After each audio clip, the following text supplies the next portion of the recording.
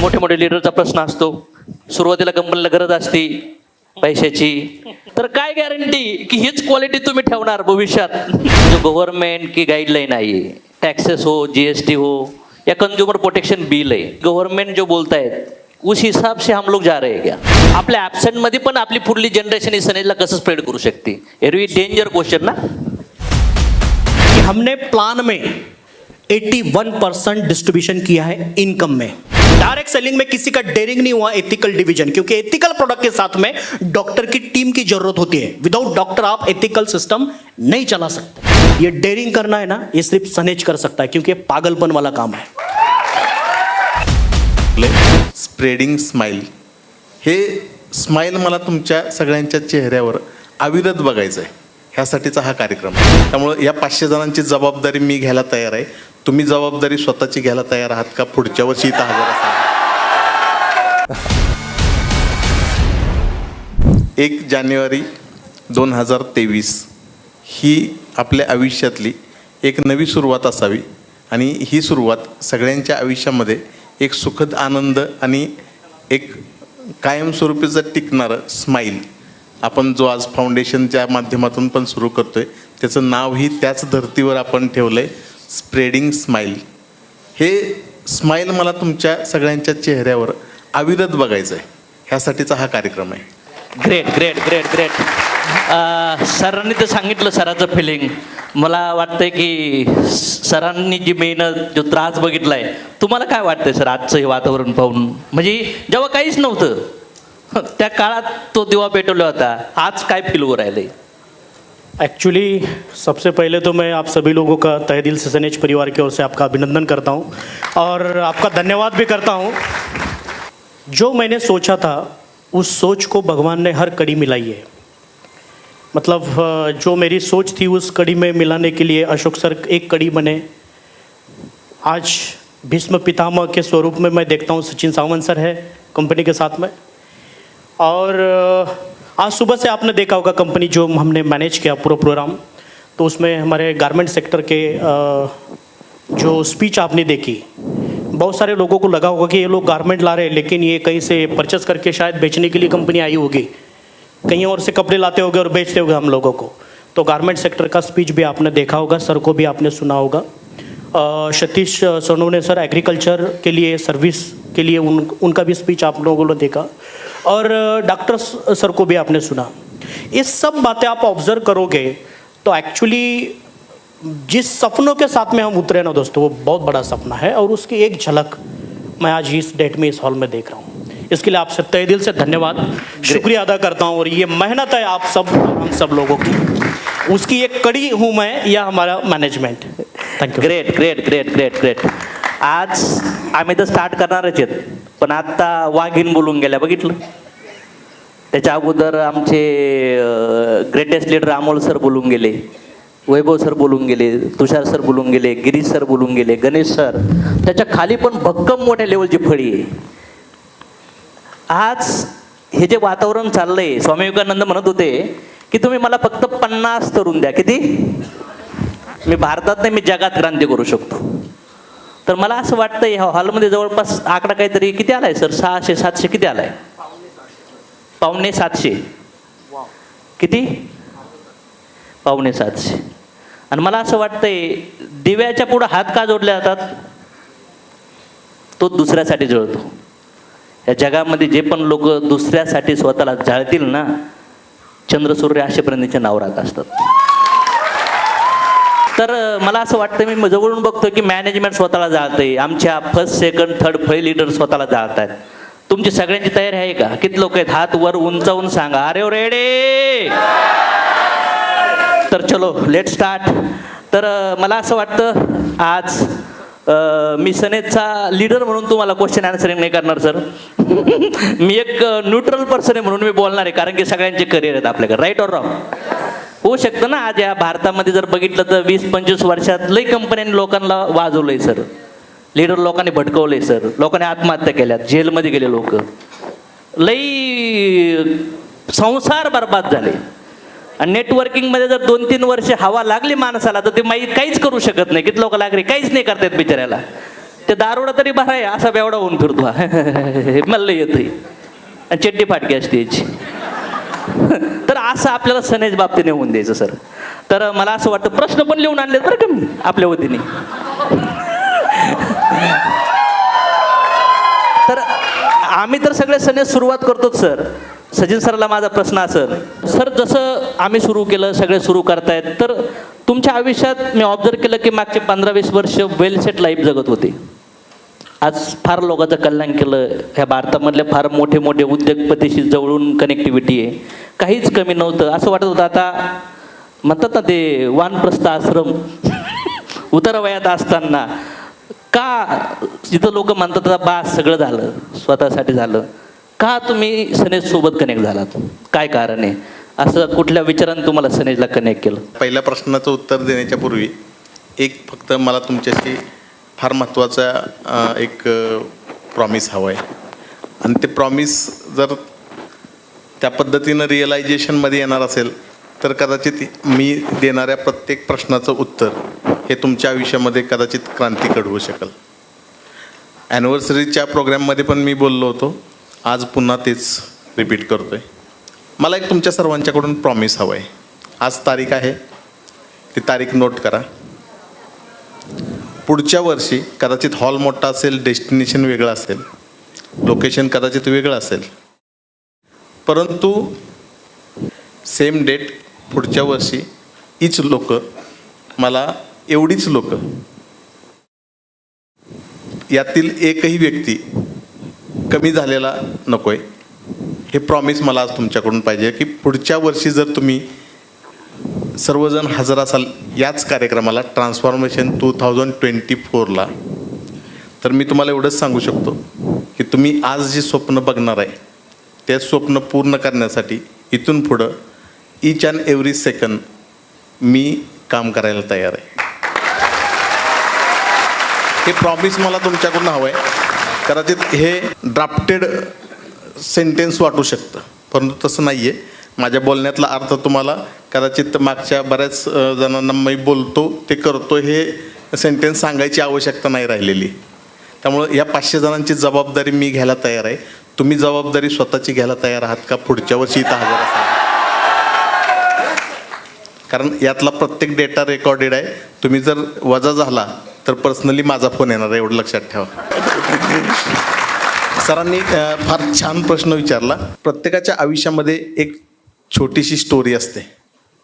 ती स्टोरी त्याला घडवत असते आणि त्याचं हे जन्मापासूनचं म्हणजे तो का जन्मलाय, व्हाय, इथून ते तो संपण्यापर्यंत, म्हणजे आपण ज्याला म्हणतो राखेत रूपांतर होण्यापर्यंतचा जो काय प्रवास आहे, ह्या प्रवासाचं नाव व्हाय आहे.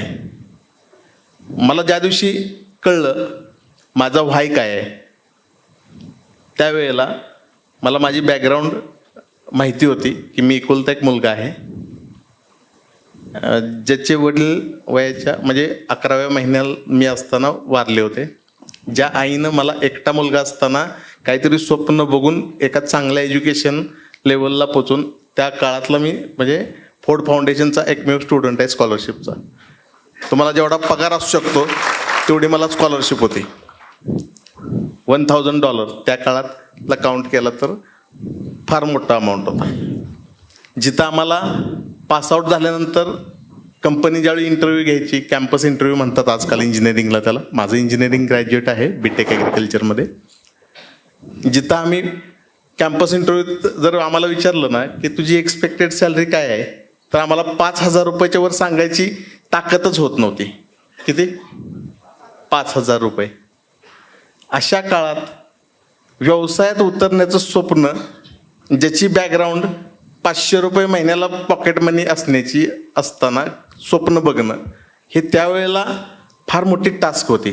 ते स्वप्न बघितलं, असंच स्वप्न पूर्ण करण्यासाठी उतरलो. अचानक एक पुस्तक हातात पडलं, स्वामी विवेकानंदांचं कर्मयुग. आणि या जगातला स्वामी विवेकानंद शोधण्याच्या मागं प्रवास सुरू झाला. म्हणजे अध्यात्माच्या दिशेनं एक ओढ होती, ती जागृत झाली. त्या दिशेनं वयाच्या 30व्या वर्षापर्यंत अध्यात्म आणि समाजकार्य ह्या विषयामध्ये मी माझ्या गुरुसोबत काम केलं.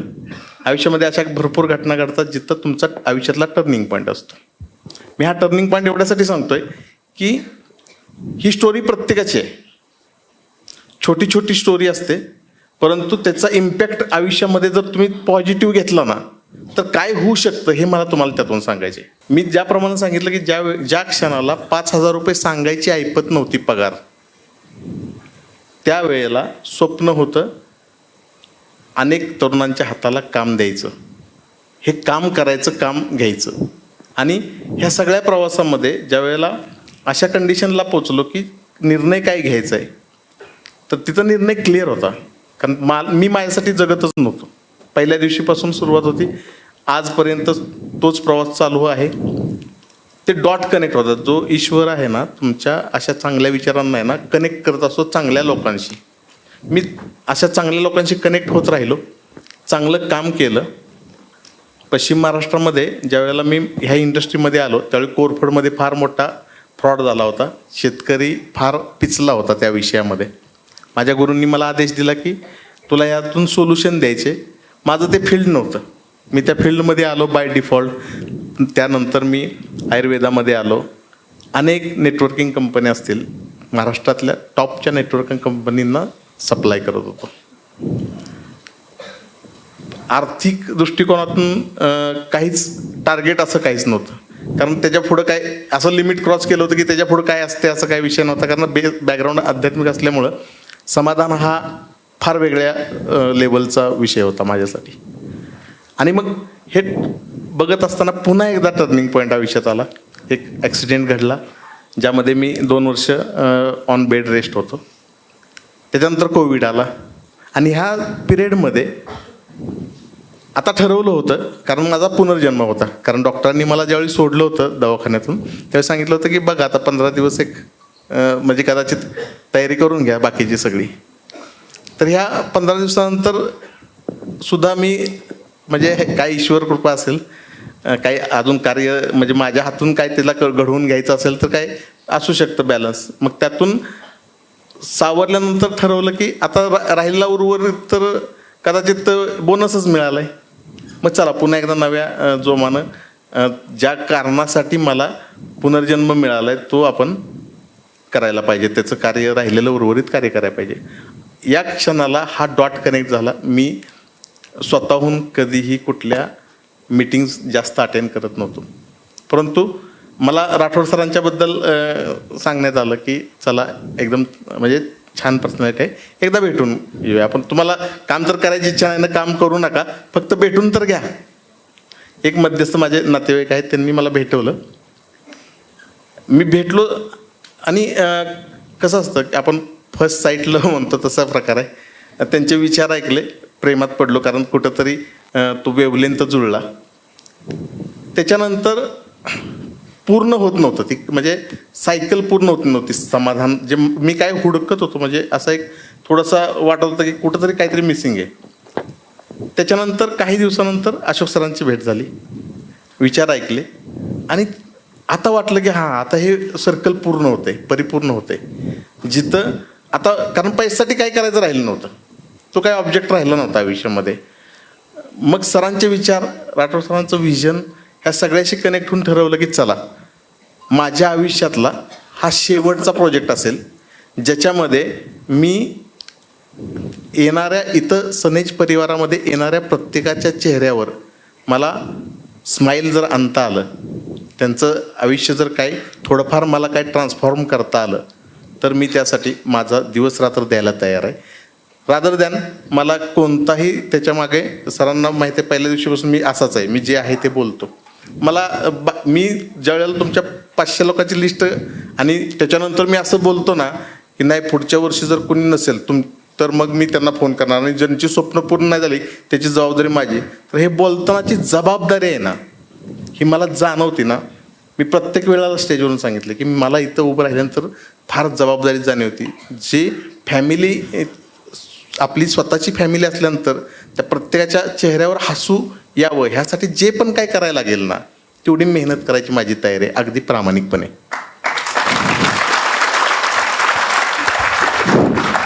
ओके, म्हणजे एवढं तर कळलं की सनेजच्या पाठीमागचं जे बेस आहे ते पैसे कमवण्यासाठी तर नाही आले, बरोबर ना? म्हणजे लोकांसाठी झालेत. सर, आपल्याकडे आज एवढे प्रोडक्ट आहेत, मिरेकल रिझल्ट क्रिएट करू राहिलेत, तर सनेजचेच प्रोडक्ट का? याची प्रोसेस काय आहे? मॅन्युफॅक्चर प्रोसेस काय आहे? क्वालिटी कंट्रोल डिपार्टमेंट काय आहे? R&D कशा होतात?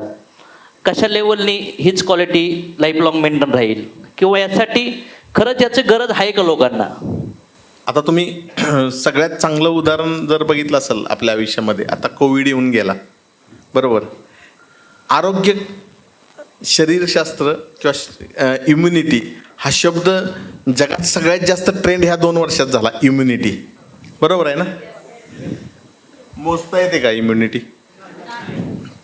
इनविजिबल आहे ना, इनडायरेक्टली. आपण नाही सांगू शकत ना एखाद्या माणसाची इम्युनिटी एवढी आहे. बरोबर. या क्षेत्रामध्ये मी 12 वर्ष काम करतोय.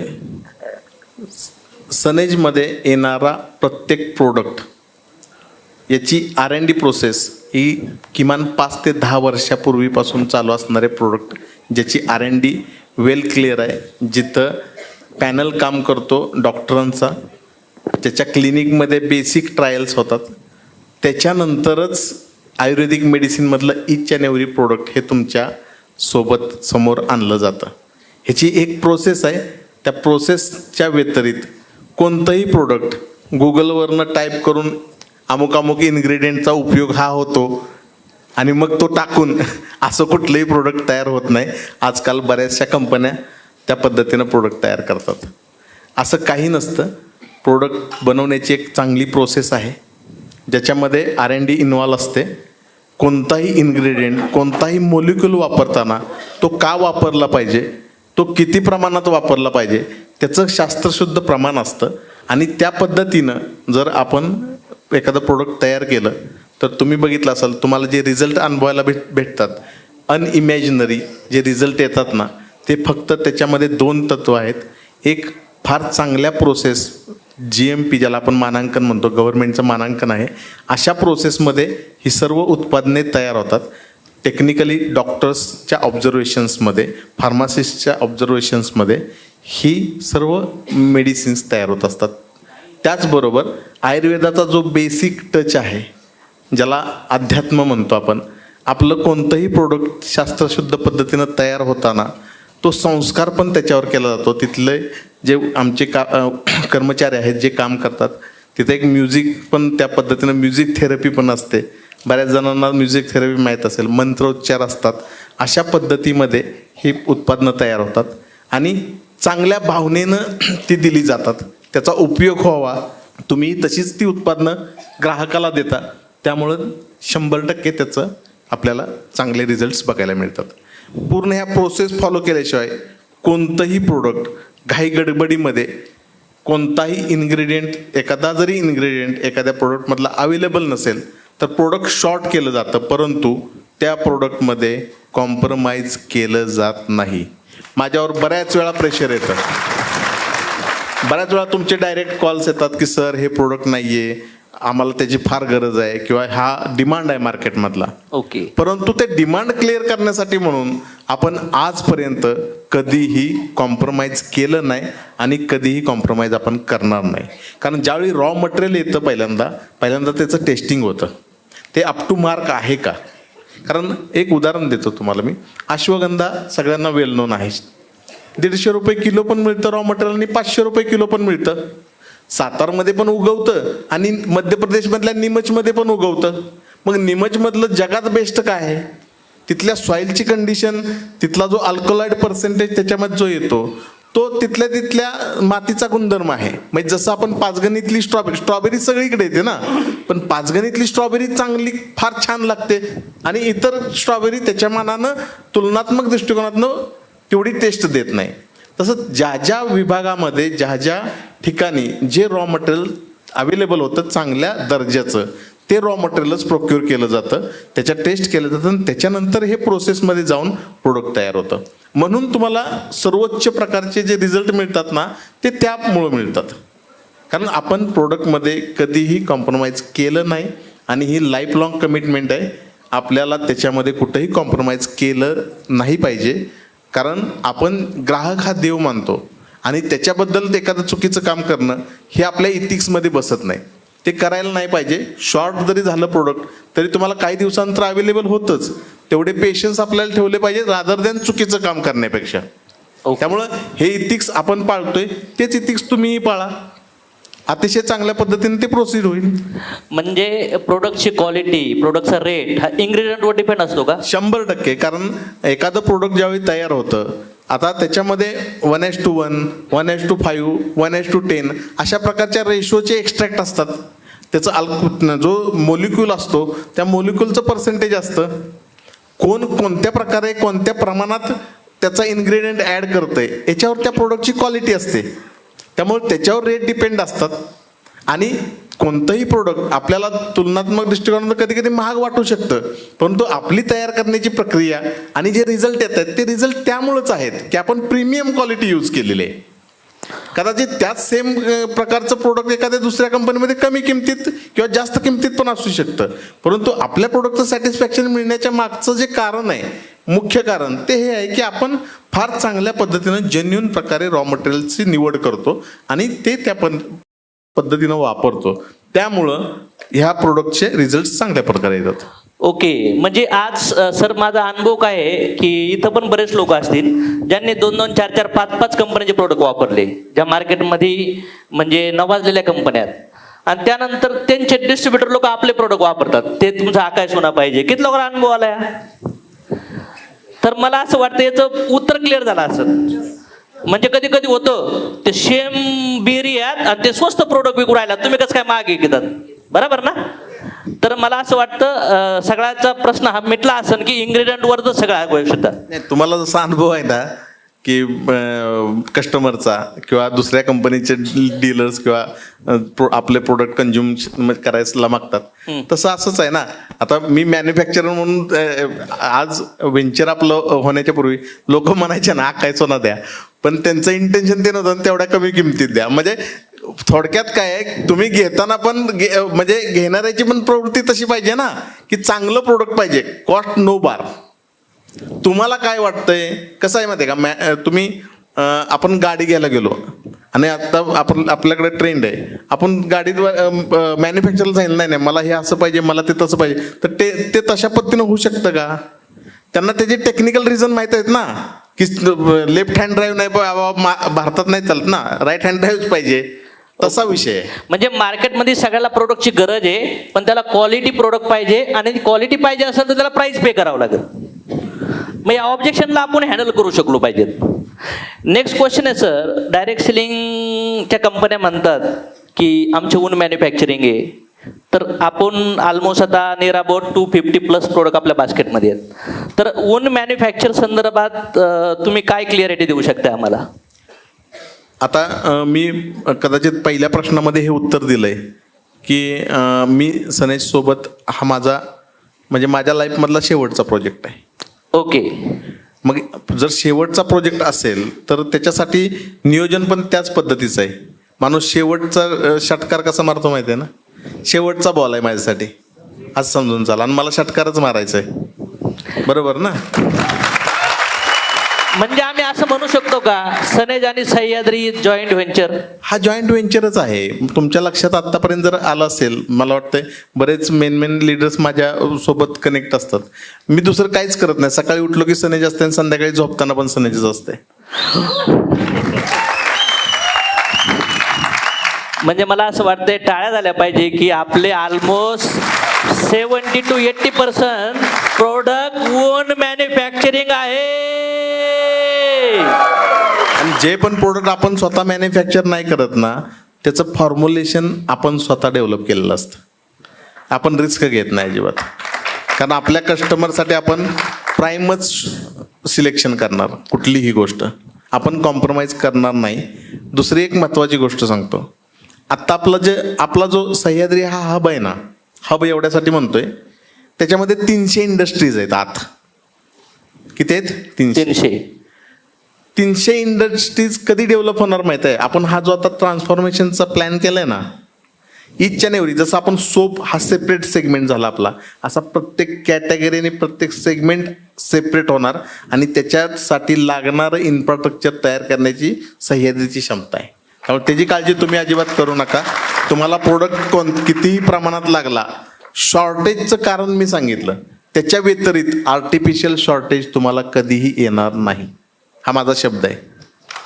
आपण कधी फ्री आयडी घेतो, कधी 500 PV मारतो, कधी फास्ट ट्रॅक घेतो, बरोबर ना? मी एवढ्याचे प्रोडक्ट घेतले. सरांना मी ऐकलं तेव्हा म्हणले, सर 1000 करोडचं फाउंडेशन उभा केलंय सनेजचं. कितीचं? हे सगळं एवढं एम्पायर पोहे बनवायला 100 रुपये लागतात. तो सगळं मटेरियल आणायचं असेल तर, बरोबर ना? तर एवढं मोठं एम्पायर उभा करणं म्हणजे सगळ्यात मोठा वाय सरांचा क्लिअर झाला असेल. काय वाटतं? ग्रेट. त्यानंतर सर, कधी कधी आपले लोक जे प्रोडक्ट रिझल्ट सांगतात ना, आम्हाला पण डाऊट येतो, खरं रिझल्ट असेल केवढा, कोणाला येतो डाऊट, खोटं वाटतं का असं? सर मला असं वाटतं, मी स्वतः बिफोर आपल्या प्रोडक्टच्या अगोदर आपले प्रोडक्ट नव्हते, इंटरनॅशनल कंपनी जे 70 वर्षापासून मार्केटमध्ये, मला 1.5 तास त्यांनी बॉडी समजून सांगितली. बॉडी घाणगाव होती आणि त्याला साफ करायला हॉस्पिटल आहे आणि दुसरं गोष्ट आहे न्यूट्रिशन. 1.5 तास त्यांनी मला कन्व्हिन्स केलं. त्यानंतर सर मी त्यांचे 11 लाख रुपयाचे प्रोडक्ट 7 वर्षात खाल्ले. ते प्लान PV इन्कम म्हणलं तुलाच ठेव, प्रोडक्ट आणून देत जाय. तर ते सगळे प्रोडक्टचा फील घेणारा माणूस सनेजचे आज सगळे प्रोडक्ट म्हणजे मोठ्या मोठ्या कंपनीचे प्रोडक्ट वापरले. पण मी स्वतः, आम्ही पण असे काही लिडर्स आहेत, लोकांचे रिझल्ट पाहून आम्ही प्रोडक्ट वापरायला लागलो. किती लोक आहेत असे, लई येतं. काही डॉक्टर लोक पण म्हणले, पेशंटला दिलं, त्यांना बरं वाटलं, मग मी वापरायला लागलो. म्हणजे ट्रस्ट, एकमेकाला बघून लोक कनेक्ट होतात. तर मला असं वाटतं, भारतात नाही सर, भारताच्या बाहेरच्या कंपन्या पण एवढा रिझल्ट देत नाही. मी कृष्णांना मानतो, कृष्णाची शपथ घेऊन सांगतो की असं मी पाहिलंच नाही कधी. ही दैवी ताकद एकत्र येऊ राहिली, मला असं वाटतंय. तर काय असं, म्हणजे मला असं वाटतं तुमचं ते तुम्ही म्हणले की म्युझिक थेरपी पण आहे, सेल्फनेस आहे, म्हणजे सगळं निस्वार्थ भावाने चाललंय. तर काय सांगू शकता तुम्ही, का रिझल्ट क्रिएट होतात? तुम्ही सांगितलंय ऑलरेडी पॉईंट. याची 2 रिझन्स आहेत. एक भावनिक रिझन सरांनी तुम्ही एक्सप्लेन स्वतःच केलं की जसं आपण निर्माण करतोय त्याच भावनेनं ते दिलं जात आहे. बऱ्याच अंशी त्या गोष्टी कनेक्ट होतात. आयुर्वेदाचा सिद्धांत आहे, जोपर्यंत तुमची शरीर शुद्धी होत नाही ना, तोपर्यंत कुठलंही औषध तुम्हाला ते लागू पडणार नाही. आणि जर तुमची शरीर शुद्धी झाली तर तुमचं अन्न सुद्धा औषध म्हणूनच लागेल, बरोबर? तर अकाई सोना तुम्ही जे घेताय ना, ते काम जे आहे ना, सुरुवात अकाई सोनापासूनच करतो, कारण आपलं मोस्ट फेवरेट आणि मोस्ट सेलेबल प्रोडक्ट आहे आज ते.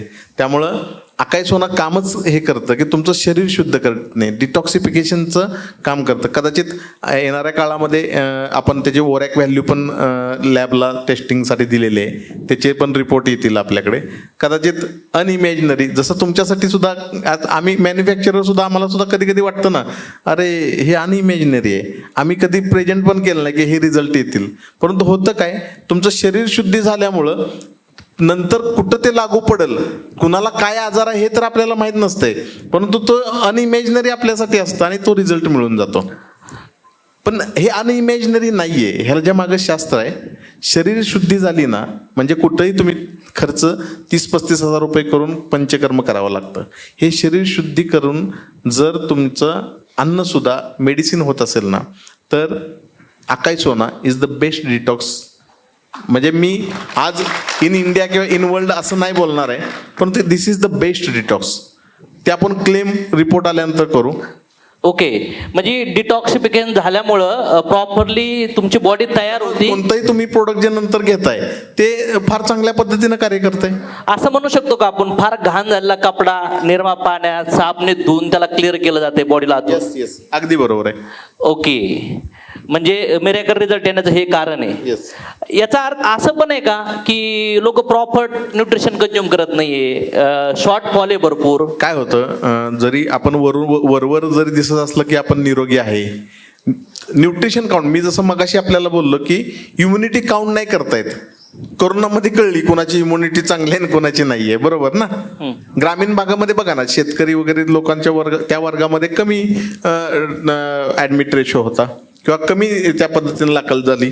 त्याच कम्पॅरेटिव्हली शहरामध्ये म्हणजे अगदी उत्मात चालू होता असं म्हणलं तर काय हरकत नाही. मुंबईसारख्या ठिकाणी किती मोठ्या प्रमाणात, कारण त्या लोकांना प्रॉपर न्यूट्रिशन जात नाही. एखाद्या व्यक्तीला असं वाटतं वरून की आपल्याला काही आजार नाही म्हणजे आपण फिट आहेत, पण तसं नाहीये.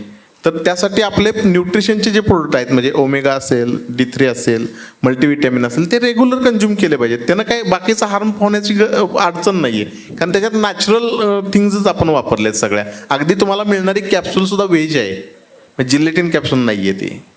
आणि ज्या टॅबलेट्स तुम्ही वापरता त्या टॅबलेट्समध्ये मिनिमम बाइंडिंग एजंट्स आणि मॅक्सिमम ऍक्टिव्ह एजंट असल्यामुळं तुमच्या शरीरामध्ये तुम्ही ज्यावेळी जाता त्यावेळी ते प्रॉपर मेडिसिन जातं. आणि मेडिसिन म्हणजे काय आहे, आयुर्वेदातलं प्रत्येक मेडिसिन म्हणजे काय, निसर्ग आहे. फक्त तो त्या फॉर्मॅटमध्ये तुम्हाला दिला गेलाय. निसर्गच आहे ना. तुम्ही जाऊन दररोज काय ह्याचं पान खाऊ शकत नाही ना, बेरी खाऊ शकत नाही. त्यासाठी त्या फॉर्मॅटमध्ये आणून दिलं गेलंय फक्त, बस एवढाच विषय. ओके. नाहीतर हा पूर्ण निसर्ग आहे. निसर्गामध्ये जी ताकद आहे ना ती कशातच नाही. कधी कधी आमच्या लाईफमध्ये जर म्हणला ना हा रिझल्ट आला तो रिझल्ट आला, आम्ही फुल छाती फुगती. पण चुकून एखादा म्हणला ना मी लय खाल्लंय हो सर, पण ते काय बरं वाटत ना मला आणखी. आणि तो माझ्या नातेवाईकात असला ना लगेच मला असं वाटतं हो अवघडे वाटतंय. तर असं का होतं सर? काहीला रिझल्ट शो होतात, म्हणजे ऑलमोस्ट अगदी 2-4% असे लोक आहेत ते म्हणतात आम्हाला रिझल्ट नाही आला. तर नाही, अगदी छान प्रश्न आहे. मी बऱ्याच वेळा माझ्या म्हणजे प्रत्येक वेळी ज्यावेळी मी बोलतो ना, मी रिझल्ट विषयी पहिल्यांदा बोलत नाही. मी रिझल्ट का येणार नाही ना ते पहिल्यांदा एक्सप्लेन करतो, कारण मला माहिती आहे की तो प्रश्न तुमच्यासाठी पहिल्यांदा तोच होता की हे दिल्यानंतर त्याचा रिझल्ट नाही आला तर काय. रिझल्ट आला तर होईल, शाबासकी मिळेल, तुमचा रिबन परचेस होईल, ठीक आहे. पण तो रिझल्ट आला नाही तर काय, ह्याची सुरुवातच बरोबर करणं गरजेचं आहे. तुम्ही ज्या वेळेस समोरच्या व्यक्तीला सांगता ना, एक लक्षात घ्या, आयुर्वेद सांगतं की शरीर प्रत्येकाचं वेगळं आहे, बरोबर आहे ना. इथं बसलेल्या प्रत्येकाचं शरीर वेगळं आहे. एक सिंपल उदाहरण देतो. कॉन्स्टिपेशनची कोणतीही एकदम छान म्हणजे पोट साफ होण्याची एकदम छान गोळी 10 जणांना जर दिली ना, तर एखाद्याचं दुसऱ्या दिवशी सकाळी होईल, एखाद्याचं 3 दिवसानंतर होईल, किंवा एखाद्याचं होणारच नाही. का माहित आहे? कारण त्याचा कोटा कुणाचा हलका असतो, कुणाचा जड असतो. म्हणजे सेम ट्रीटमेंट डिफरंट रिझल्ट देऊ शकते. त्यासाठी आज आपण म्हणजे चांगल्या मुद्द्यावर आहोत. इथिकल डिव्हिजन जी लॉन्च केले, कसं आहे, त्याला त्याचा जो म्हणजे सोनारानं कान टोचायला लागतात म्हणतात ना, तसा प्रकार केलाय आज आपण. आता डॉक्टर बसले, डॉक्टर सांगू शकतील ह्याचं जास्त प्रमाण. नाडी पकडून प्रत्येकाची नाडी सेम नाही ना, मग डॉक्टरांना प्रत्येकाला सेमच मेडिसिन दिलं असतं डॉक्टरांनी, बरोबर आहे ना. मग पेशंट बघून मेडिसिन का चेंज होतं? त्याचं कारण ते की याच्यामध्ये प्रायमरीसाठी तुम्ही तुमचे रेकमेंडेशन्स वापरा. मी प्रायमरीसाठी एवढ्यासाठी बोलतोय की ज्याचा व्हिज्युअल कदाचित रिझल्ट येणार नाही, परंतु प्रायमरी जे डिटॉक्स आहेत त्याच्यानंतर डॉक्टरांचं काम आहे ते करतील. आपल्याकडे तशी टीम तयार होते आणि फार चांगल्या पद्धतीनं काम होतंय. ओके. म्हणजे याच्यामध्ये रिजेक्शन येण्याचं शरीर प्रत्येकाचं शरीर वेगळं आहे, त्यामुळे त्याची डायजेस्टिव्ह फायर किंवा त्याचे जे मेटाबॉलिझम आहे तेच वेगळं आहे. त्याला पचनच होणार नाही. म्हणजे एखादी वस्तू त्याला पचायला दिली, त्याला पचलीच नाही तर ती काय रिझल्ट देणार? असं पण होऊ शकतं की जो प्रोडक्ट शेअर करतोय त्याला त्याचं नॉलेज नाहीये, असंही होतं बऱ्याच इन्फॉर्मेशन नाहीये. नाही, मी त्यात तोच मुद्दा सांगितला की आपलं प्रायमरी काम आहे तेवढंच करा. तुम्ही सेकंडरीला गेला ना म्हणजे डिसीजला. इथिकलचा अर्थच तो आहे. मी तुम्हाला थोडं समजून सांगेन नंतर. आपण प्रायमरीमध्ये काम केलं पाहिजे. सेकंडरी काम म्हणजे डिसीजचं काम आहे ना, ते एक्सपर्टीज आहेत, त्यांना करू द्या. ओके. ज्यामुळे रिझल्ट वाढतील.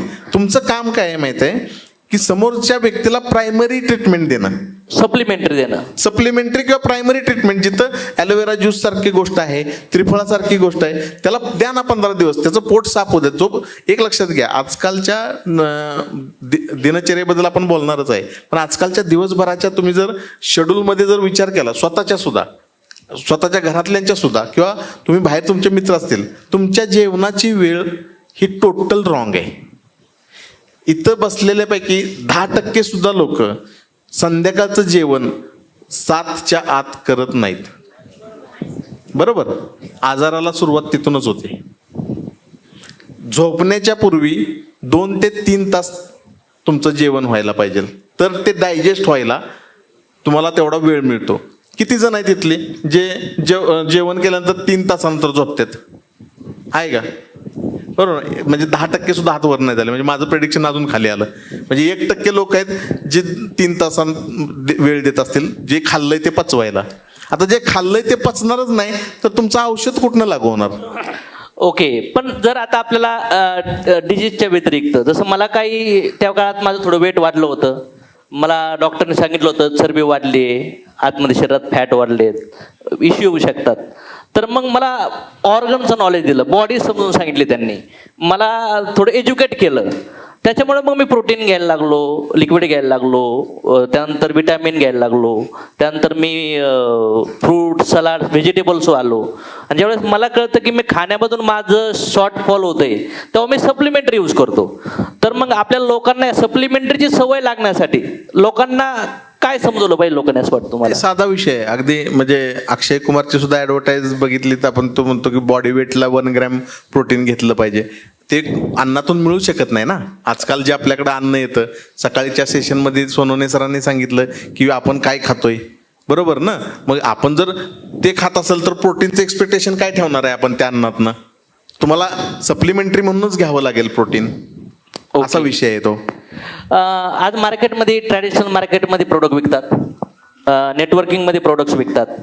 तर आज आपल्या हातात जे प्रोडक्ट्स आहेत, तर त्या प्रोडक्टचे मिरेकल रिझल्ट येण्याचे, जसं आपलं सोपचं उदाहरण घ्या, आपली टूथपेस्ट कोणी वापरली तरी नसचे ड्रॉप वापरला, किंवा आपलं वेदामृत लिक्विड वापरलं, किंवा आपला आकाय सोना, एक आडसूळ सुद्धा लोकांना पॉझिट करते, आपला आडूळसा.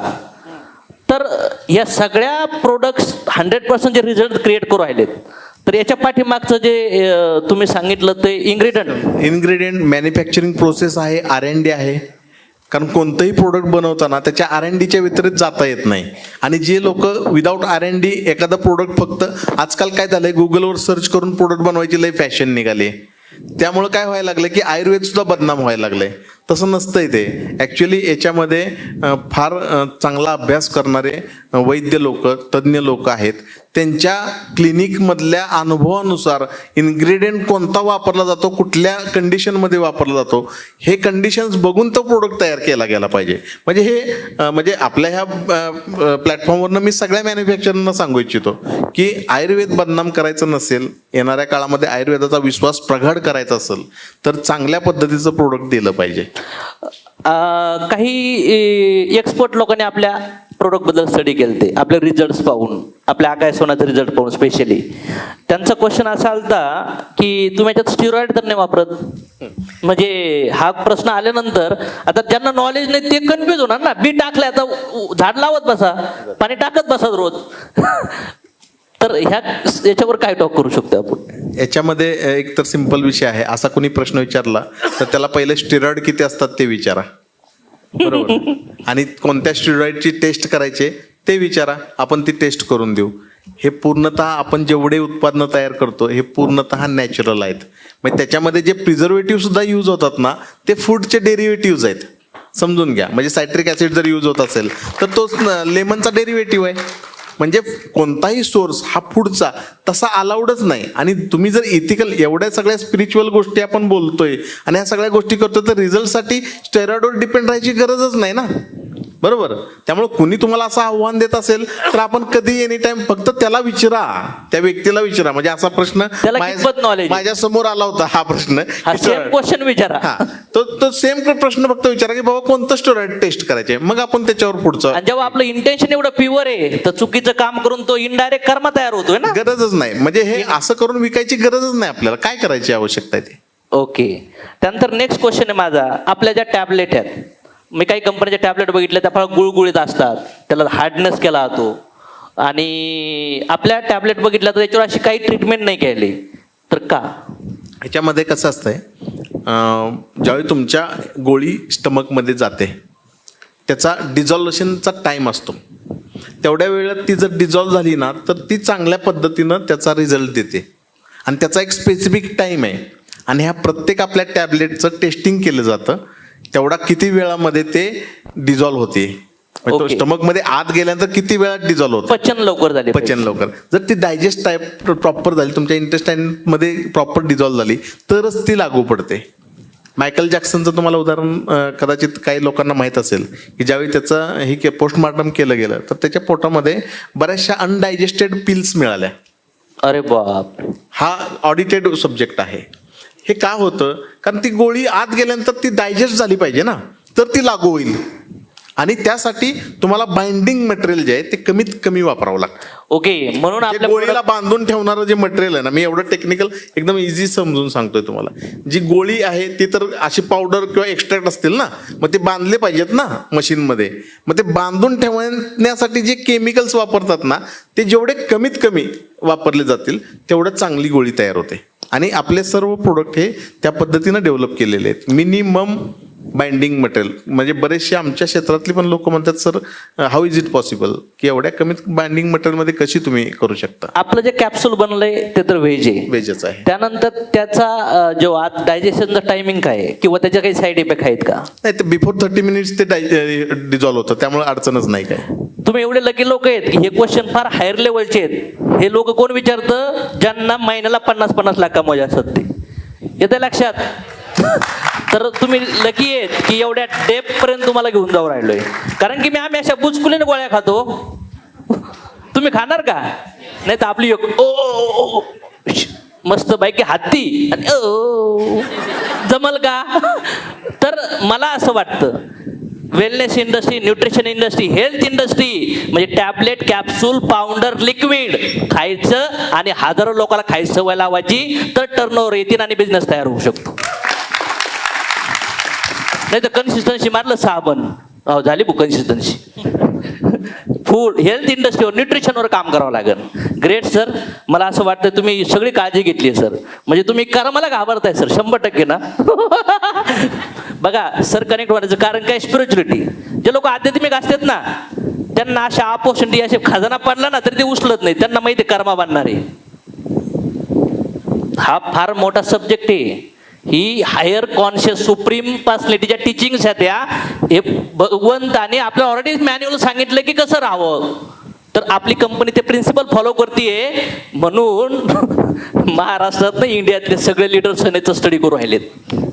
अरे काय होऊ राहिलंय? नाही तर काही लोक म्हणतात अयो असं कसं होऊ राहिलंय. हे आज इथं चर्चा होऊ राहिली की ह्या का होऊ राहिलंय सर. त्यानंतर साबण बद्दल तर आपण बोललोच. बाकी आपलं प्रोटीन मध्ये युनिकनेस काय आहे? आपण प्लांट प्रोटीन डेव्हलप केलेलं आहे, ज्याच्यामध्ये कसं आहे की प्लांट बेस्ड प्रोटीन आयसोलेट्स वापरतो आपण. जे काय होतं, डायजेशनचा जो रेट आहे तो प्लांट प्रोटीनचा फास्ट आहे. आणि त्याचं म्हणजे जे नॅचरली मिळतंय त्याचा विनाकारण आर्टिफिशियली किंवा वेगनमध्ये, आजकाल वेगनचा फार विषय आहे, तर त्याचा तुम्ही जर सब्जेक्टिव्ह घेतला तर प्लांट बेस्ड म्हणजे आपल्याकडं आत्ता आपण वापरतोय त्याच्यामध्ये सगळे प्लांटचे म्हणजे पी प्रोटीन असेल, ब्राऊन राईस असेल, ह्या सगळ्या गोष्टी आहेत. त्याच्याबरोबर आपण डायजेस्टिव्ह मॉलिक्युल सुद्धा, एन्झाईम सुद्धा देतोय, जेणेकरून ते प्रोटीन डायजेस्ट तर झालं पाहिजे ना. म्हणजे मी पुन्हा तोच प्रिन्सिपल सांगतो की एखादी गोष्ट आपण खातोय ना, ती डायजेस्ट झाली तरच लागेल ना, अन्यथा ती निघून जाईल, त्याचा काय उपयोग होणार नाही. आता मार्केटमध्ये भरपूर ॲलोवेरा विकतात, पण आपलं ॲलोवेरा बॉटल घेतली रे घेतली, लोक म्हणतात बरंच वाटायला लागलं, पिऊशी वाटती आहे ना का? मगाशी सांगितलं सगळ्यात जास्त स्टडी माझा त्या ॲलोवेरामध्येच झालाय, कारण त्याची सुरुवातच प्रॉब्लेम पासून झाली.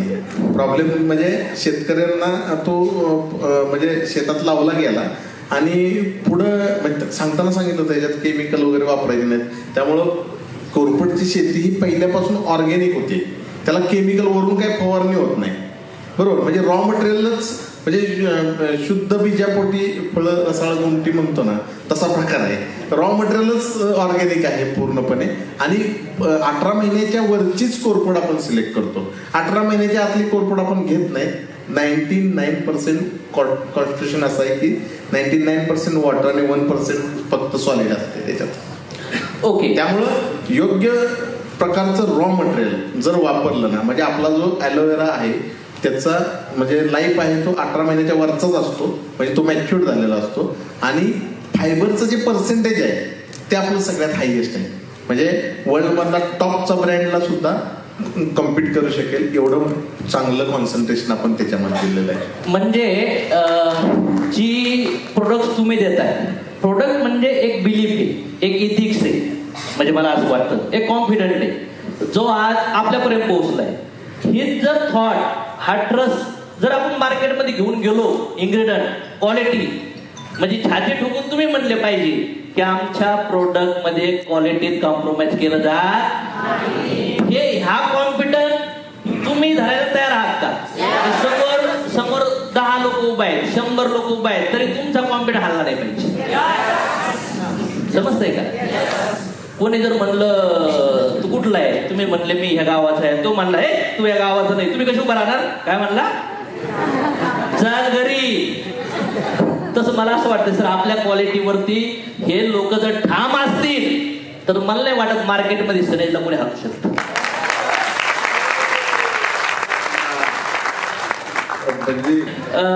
तर मी आयुष्यात लाईफमध्ये भरपूर टूथपेस्ट वापरले सर. कोलगेट वापरल्या, आम्माची वापरली, ही वापरल्या, त्या वापरल्या, नेटवर्क पॅकेटच्या वापरल्या, पेप्सोडेंट वापरले.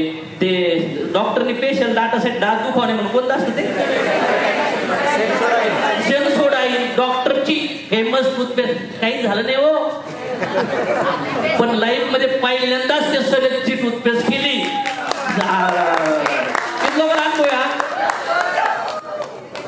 सर मग जर एवढं भयानक प्रोडक्ट आहे तर मग आयला एवढं दिवस लपून का ठेवलं लोकांनी? असे मार्केट किती मोठे आहे.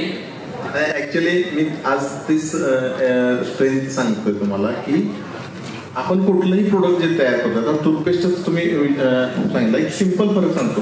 मार्केटमध्ये बऱ्याचशा ज्या टूथपेस्ट आहेत ना, त्याचं सगळ्यात मोठं काम फक्त फ्लेवरवर आहे. तुम्हाला बरं वाटतं फक्त, हा छान मस्त घासल्या घासल्या फार, परंतु त्याचा हेल्थ इफेक्ट म्हणजे जो हिरड्यांसाठी जो त्याचा रिझल्ट आहे किंवा दातांसाठी जो त्याचा रिझल्ट आहे तो येण्याचा विषय येत नाही, कारण तो फ्लेवर केलेला आहे आणि बेसला मटेरियल असते कॅल्शियम कार्बोनेट. त्यामुळं हे लक्षात घ्या, आपली जी टूथपेस्ट आहे ना ह्याच्यामध्ये ऍक्टिव्ह मटेरियल ऑइल लागतं, तुम्हाला जाणवतं. तुम्ही ज्यावेळी ब्रश करताना जाणवतं की ह्याच्यात ऑइल आहे. अतिशय चांगल्या पद्धतीनं ते डेव्हलप केलं गेलेलं आहे. ऍक्टिव्ह मटेरियल हायर लेवलला ऍक्टिव्ह मटेरियलचं पर्सेंटेज आहे, म्हणून तिचा रिझल्ट सेन्सिटिव्हिटीवर तर 1 नंबर रिझल्ट आहे त्याचा, लक्षात घ्या. त्यामुळं तुम्ही हे प्रोडक्ट स्वतः वापरा, फील करा आणि ते जे फील आहे ना ते रिकमेंड करा. प्रोडक्ट ऑटोमॅटिक रिकमेंड होणार आहे. आणि एक लक्षात घ्या, माझा अनुभव आहे, मी माझ्या घरापासून तो अनुभव सांगतो की आज तागायत माझ्या घरामध्ये जेव्हापासून आपण आयुर्वेद डेव्हलप केलेलं आहे तेव्हापासून दुसरी टूथपेस्ट बाहेरून आलेलीच नाहीये. ओके, व्हरायटी आपण अजून भरपूर काढू ना. तुम्हाला फ्लेवर आवडत नाही ना एखादा, आपण दररोज काम करतोय सर, दररोज नवीन काम चालू आहे. मी सांगत नाही तुम्हाला प्रत्येक गोष्ट, कारण कन्फ्युजन नको. त्यासाठी ऑप्टिमम सेल होत नाही एखाद्या गोष्टीचा. म्हणजे आज तुमच्या स्ट्रेंथची आहे ना 1% सुद्धा टूथपेस्ट तुम्ही विकत नाही. ॲक्च्युली आहे ना तुमचा इंट्रोच टूथपेस्टनं झाला पाहिजे. सर बोलतायत ना त्याप्रमाणे साबण आणि टूथपेस्ट या गोष्टीनंच इंट्रो झाला पाहिजे. तो माणूस तुम्हाला आयुष्यभर, किमान तो तुमचा नाही डीलर होणार किंवा तो तुमचं जो आपण डिस्ट्रीब्युटर नाही होणार, पण तो कस्टमर आहे ना आयुष्यभर टिकून राहील. सर तुम्हाला असं वाटतं का आज आपण केस टक्कल पडलं तर तेल आठवत, तुम्हाला वजन वाढलं तर हे 1% मार्केट नाहीये. खरं मार्केट, माझ्याकडे साबण आहे, माझ्याकडे टूथपेस्ट आहे, त्याला काय आहे, त्याची गरज आहे. मला सांगा, रोडवर एक व्यक्ती आहे, मी म्हणलं काका हे साबण आहे टूथपेस्ट, मी 2 मिनिटं बोलू का असं म्हणलं, त्यांना ऐकून घेणार का नाही घेणार? आणि ते कॉन्फिडंट विका. बघितलं रोडवर सिग्नलला प्रोडक्ट विकतात, भाजीपाल्याचे प्रोडक्ट विकतात, स्टॉल लावून विकतात. चालता बोलता ज्याच्या खरंच आग लागली ना, तो चालता बोलता 10-20 कस्टमरला प्रोडक्ट देऊ शकतो, कॉन्टॅक्ट नंबर घेऊ शकतो. ज्याला करायचंच ना त्याला मार्ग आहे. काय वाटतं? नुसतं मला मेंबर बघायचा आहे, मला फास्टॅग काढायचं. प्रोडक्ट मेन गाभ आहे आपल्या बिझनेसचा, मला तरी वाटतं. याचा अनुभव मी चांगला पण अनुभव घेतलाय. त्याला तुम्ही बघण्याच्या दृष्टिकोन तो वाईट अनुभव सुद्धा असू शकतो तुमच्या दृष्टिकोनातून, कारण तुम्ही त्या काही ज्या चुका आहेत ना त्या टाळल्या पाहिजेत. एक लक्षात घ्या, माझा वैयक्तिक ॲक्सेस हा एकदम क्लिअर ॲक्सेस आहे. त्यामुळे एखादा कस्टमर सुद्धा कधी कधी माझ्यापर्यंत पोचू शकतो. म्हणजे एक लक्षात घ्या की जर कस्टमर माझ्यापर्यंत पोहोचत असेल आणि जर तुम्ही त्याला प्रोडक्ट नाही पोहोचू शकत आहे तर तुमची हार आहे ती. आणि प्रोडक्टची म्हणजे प्रोडक्ट हा तुमचा किती काम करू शकतो ना, तर तुम्हाला तो व्यक्ती म्हणजे ज्यावेळी एक्सप्लेन करतो ना ते समजून घ्या की तो किती आतुरतेनं, म्हणजे एखाद्या गोष्टीचं म्हणजे सर सोप मी आहे ना शेल्फला लावलेला मग दिलेला आहे. सरांना भोसले सरांना माहित आहे. हा, तो म्हणले म्हणजे पार तो म्हणला तुम्हाला जर पुन्हा प्रोडक्ट देता येत नाही बनवलंच कशाला, मला जे तुम्ही आता फील दिलंय ना ते कुठं भेटतच नाहीये. समजतंय का? हॉटेल फेमस कोणी केले? डोसा फेमस कोणी केला? इडली फेमस कोणी केली? ब्रँड कोणी केले? सनेज फेमस करायची वेळ आल्यावर मेंबर शोधताय. अरे बी पासून झाड होतं. काय होतं? एक एक प्रोडक्ट. लोकांनी 1 रुपयाचं नवरत्न तेल घुसवलं राव. राईट और रॉंग? तर मला वाटतं इथून पुढं सनेजची बिझनेस करण्याची स्ट्रॅटजी चेंज झाली पाहिजे. काय वाटतं सर? सिम्पल, मी नेहमी उदाहरण तुम्हाला केशकिंगचं उदाहरण देतो. केशकिंगचं 300 कोटीचा ट्रेड होता, समजून घ्या तुम्ही. एकच प्रोडक्ट, सिंगल प्रोडक्ट होतं. अशा ट्रेडचे असे कॅपॅसिटी असणारे तुम्हाला 300 प्रोडक्ट दिलेत. किती मोठा सेल व्हायला पाहिजे? सेल होत नाहीये, वन टाइम सेल होतोय. आणि त्याचे रिझल्ट तुम्ही एक लक्षात घ्या, माझा ॲज अ मॅन्युफॅक्चरर जो कॉन्फिडन्स आहे ना तो 60%चा आहे. पर्सेंटेज कुणी किती घ्यायचं ते माहीत नाही, परंतु ते 60% लोक आहेत ना सरळ शिव्या देतात ज्यांना प्रोडक्ट नंतर अवेलेबल होत नाही. आपलं हेअर लोशन हे जे प्रोडक्ट होतं आपण काय केलं तर मागं टाकलं होतं. पुन्हा लोकांची डिमांड आली तर का तुम्ही त्याच्यात म्हणले की काही लोक म्हणले फेस होत नाही, मग काही लोक म्हणले ते लई भारी आहे. त्याच्याबद्दल काय बोलणार सर? नाही, काय होतंय जे चांगलं असतंय ना ते पचनी पडत नाही लवकर. असा प्रॉब्लेम आहे. आपण सगळ्यांना सांगतोय सल्फेट फ्री वापरायला पाहिजे, हे करायला पाहिजे, ते करायला पाहिजे. आता मला हे सांगायची गरज नाही की हिंदुस्तान लिव्हरनं आणि हे आत्ता प्रोडक्ट काही रिटर्न घेतले बघा, शॅम्पूमधले किंवा ह्याच्यातले डव वगैरे. हे का होतं माहिती आहे की नंतर रिसर्च होऊन उपयोग नाही ना. माणसं की जातात ना ते तोपर्यंत किंवा त्यांना नुकसान होतं ना. मग आपल्याला जे माहीत आहे त्या चुका का करायच्या? म्हणून चांगलं प्रोडक्ट आपण तयार करतो ना तर त्याच्या मागची थोडीशी फिलॉसॉफी समजून घ्या. बरोबर आहे? फार लय फेस झाला म्हणजे लय चांगला असं काही नसतं ना. तुम्हाला स्मूथ आणि सिल्की हेअर्स पाहिजेत, डॅन्ड्रफ नको आहे, एवढाच त्यातला आउटकम आहे. फील तो आलाच नाही म्हणून तो प्रोडक्ट खराब होत नाही. त्याच्यातलं मेथोडॉलॉजी समजून घेणं गरजेचं आहे आणि त्याचा आयुर्वेदिक कंटेंट पण समजून घेणं गरजेचं आहे. ओके, नेक्स्ट क्वेश्चन आहे. माग मला वाटतं पंचपोटली अमोल सजन माझं डिस्कस झालं, बिगिनिंग लेवलला शॉर्ट फॉल झालता, तेव्हा तुम्ही सरासोबत बोलले होते, तुम्ही एक्सप्लेन केलं होतं की ते प्रोडक्ट बनण्याची प्रोसेस काय होती. म्हणजे पंचपोटली माहिती ना सगळ्यांना, तर त्याच्यावर ती प्रोसेस काय सांगू शकता जरा? म्हणजे एक एवढंसं प्रोडक्ट वरती पण सनेज किती सिरियस घेते. तुम्ही आत्ता जर ज्यांच्याकडे कोणाकडे पण गुगल असेल ना तर गुगलवर सर्च मारा पत्रपोटली. भारतामध्ये फक्त एवढी पण बोटं मोजत नाहीत एवढ्या कंपन्या बनवतात. ती बांधण्याची एक कला आहे, ती त्याच पद्धतीने बांधली जाते. कुणाला त्यातली गाठ कळली का आता? पण गाठ कुठं बसते कुठं पण निघते. हे मॅन्युअल काम आहे आणि त्याचा रिझल्ट मी नेहमी अमोल सरांना तो उदाहरण देतो. एखाद्याचं दुखत असलं ना, उभं राहा, जाऊ दे पैसे खिशातले, पत्रपोटली करायला सांगा, अर्ध्या तासानंतर फील विचारा. जर तो कस्टमर निगेटिव्ह झाला ना तर आपण परत ह्या प्रोडक्टच्या उत्पादनात जाणार नाही. चलो नेक्स्ट क्वेश्चन. हा क्वेश्चन जरा टफ लेवलचा असू शकतो. मोठे मोठे लिडरचा प्रश्न असतो. सुरुवातीला कंपनीला गरज असते पैशाची, त्यानंतर क्वालिटी देणार. जसं नवीन नवरी सगळं ऐकते ना, नंतर काय ऐकत नाही ती. तर काय गॅरंटी की हीच क्वालिटी तुम्ही ठेवणार भविष्यात? त्याच्यावर काय एक्सप्लेन देऊ शकता तुम्ही आम्हाला? बरोबर ना? कितला प्रश्न आहे हा? म्हणजे मी आहे ना तुमच्याकडून. प्रोडक्शन असल्यामुळे दोन गोष्टी आहेत त्याच्यामध्ये. म्हणजे अगदी आता पहिला माझा बेस तर तुमच्या सगळ्यांच्या लक्षात आला. बरोबर. मी सांगितलंय माझा शेवटचा प्रोजेक्ट आहे. मग जाता जाता वर उत्तर परत द्यायचे मला, परत शेवटीचं काम चुकीचं. पाच प्रश्नाचं उत्तर भेटलं का? हा, जिथं स्पिरिच्युअलिटी आहे तिथे इश्युअरिटी, जिथं क्वार्टर आहे नाही तर मग आम्ही पॅक मारून बसलो असतो इथं. तुम्ही काय म्हणले असते फॅशन आहे आपण पण मारू. नाही, अगदी प्रामाणिकपणे सर एक म्हणजे स्पष्ट सांगतो मी तुम्हाला. मी फार इमोशनल व्यक्ती आहे. म्हणजे सगळ्यांनी तो अनुभव घेतला आहे. मी स्पष्ट सांगतो तुम्हाला, माझा हा माझ्या लाईफमधला शेवटचा प्रोजेक्ट आहे. तसंही या प्रोजेक्टच्या आधीसुद्धा मला काही करायची गरज नव्हती आणि याच्यानंतर सुद्धा काही करायची गरज राहणार नाही. एवढे अचिव्हमेंट लाईफमध्ये केलेत मी. Great great great great. आज वेट लॉस मोठ्या मोठ्या कंपन्या स्पेशल 90% फोकस त्यांचा वेट लॉसवर आहे. ते फूड रिप्लेस करतात. शेक प्या, हे प्या, ते प्या. आणि आमच्या लोकांना सवय असते, ते पेले तरी पुन्हा जेवण करतात. घरचे म्हणतात खा ना भाऊ थोडं. मी अनुभव घेतलाय. कोणी कोणी घेतलाय? शेक पेल्यावर पुन्हा 8 तासांनी घरचे म्हणले गरम गरम चपाती केली, 3 घालल्या. म्हणजे डबल कॅलरीज झाल्या. तर आपलं लिक्विड, आपल्या टॅबलेट, आपली पावडर, याच्यामध्ये मी इन्ग्रेडियंट बघितले तर मला वाटतं 40 एक वनस्पती आहेत जवळपास. वाचायला गेलं तर आपणच जेडे होतो, बरोबर ना? तर का व्हाय आपलं प्रोडक्ट हळूहळू काम करल, पण मग काय आहे त्याच्यावर तुम्ही काय बोलू ॲक्च्युली शकता? काय, वजन वाढण्याची प्रोसेस किंवा फॅट, चरबी ज्याला म्हणतो आपण, ती वाढण्याची प्रोसेस समजून घेणं गरजेचं आहे. त्याची वेगवेगळी कारणं आहेत.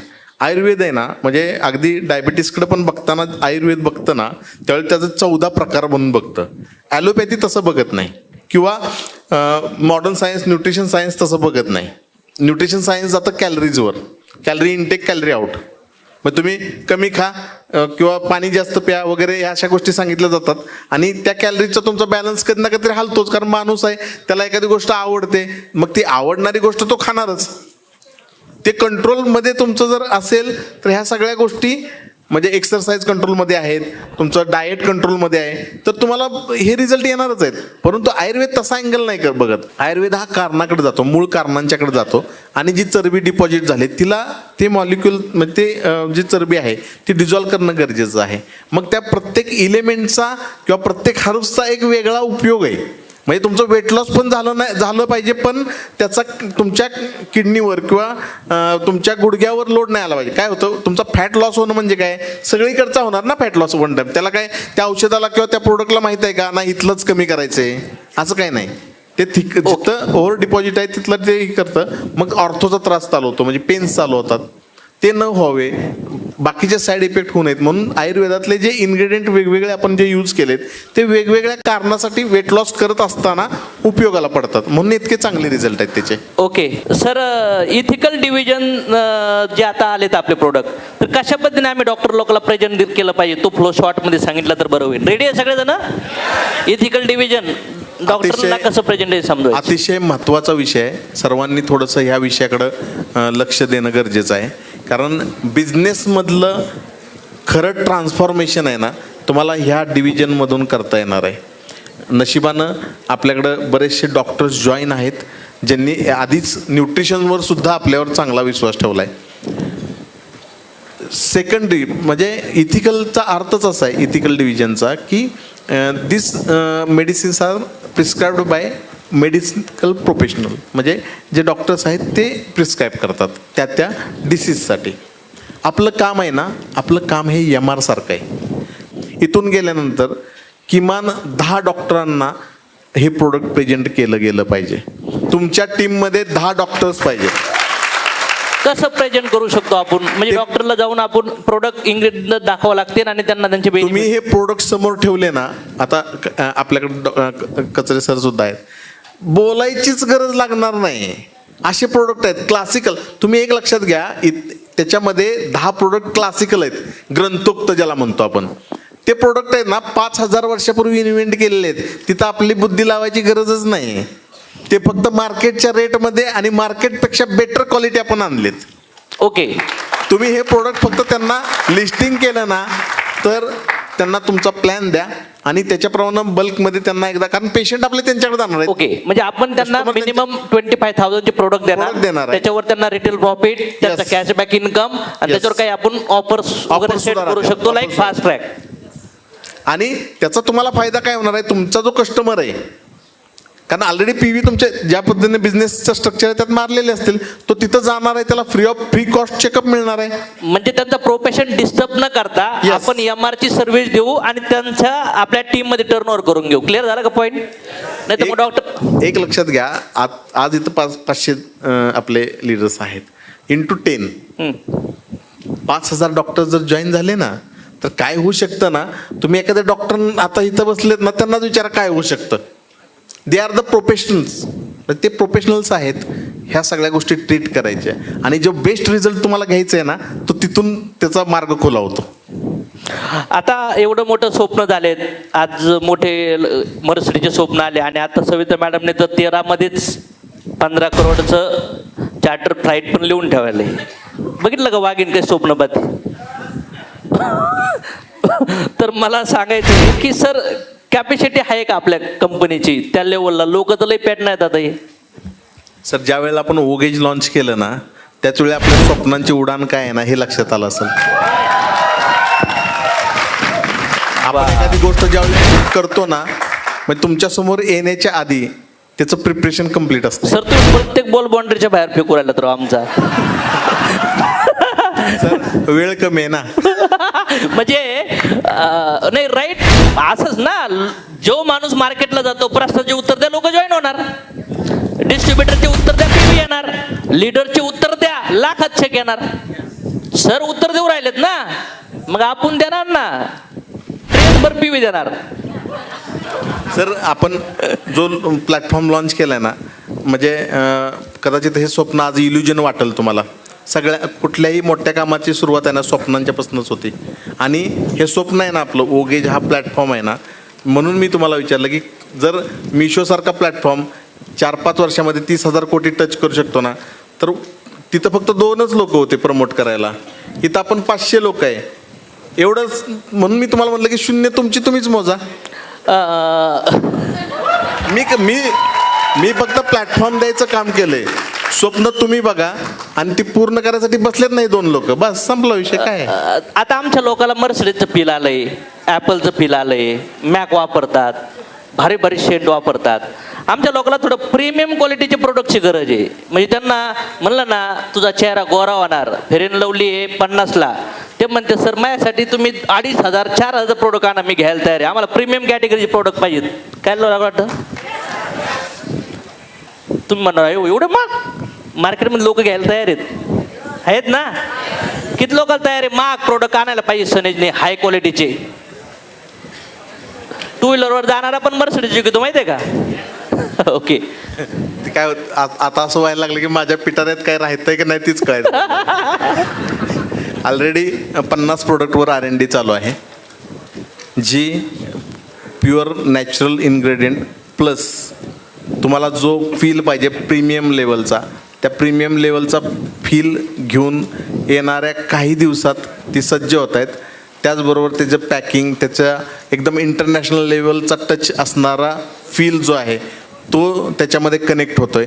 त्याचं एक सॅम्पल अमोल सरांना मी एक जस्ट ट्रेलर म्हणून दिलं होतं, ते त्यांच्या लक्षात आलं, तेच कदाचित सांगू शकतील की त्या वा वा वा वा वा ग्रेट, की कोणत्या लेवलला. म्हणजे तुम्ही जो बेंचमार्क आखताय ना, त्या बेंचमार्कच्या प्लस काम करायचे मला, आणि ती जबाबदारी घेतलेली आपण 100% आपण येणाऱ्या काळामध्ये प्रीमियम सेगमेंट लॉन्च करतोय.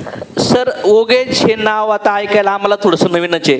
म्हणजे ओगेज काय आहे आणि याच्यात सनेजच्या लोकांचं फ्युचर काय आहे? आता मला सांगा, मिशोवर किंवा अमेझॉनवर एखादा प्रोडक्ट सेल होतोय, बरोबर, कोणी तुमच्या घरातलं पण मागवत असेल, त्याच्यातनं तुम्हाला काय मिळतं? ओगेजमधनं 2 गोष्टी मिळणार आहेत, नवीन कस्टमर आणि पीव्ही.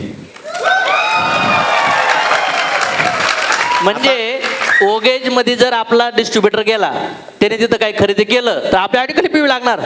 बा बा बा बा बा. तिथं लॉग इन 2 प्रकारचे लॉग इन आहेत, कंझ्युमर लॉग इन आहे आणि डिस्ट्रीब्युटर लॉग इन. आणि जे डिस्ट्रीब्युटर फक्त प्रोडक्ट देऊन सोडून देणार लोकांना, ते कस्टमर म्हणून सनेजला जॉईन होणार. जे कंझ्युमर होतील त्या कंझ्युमरचा डेटाबेस पूर्ण ॲक्सेस तुमच्याकडे असणार आहे.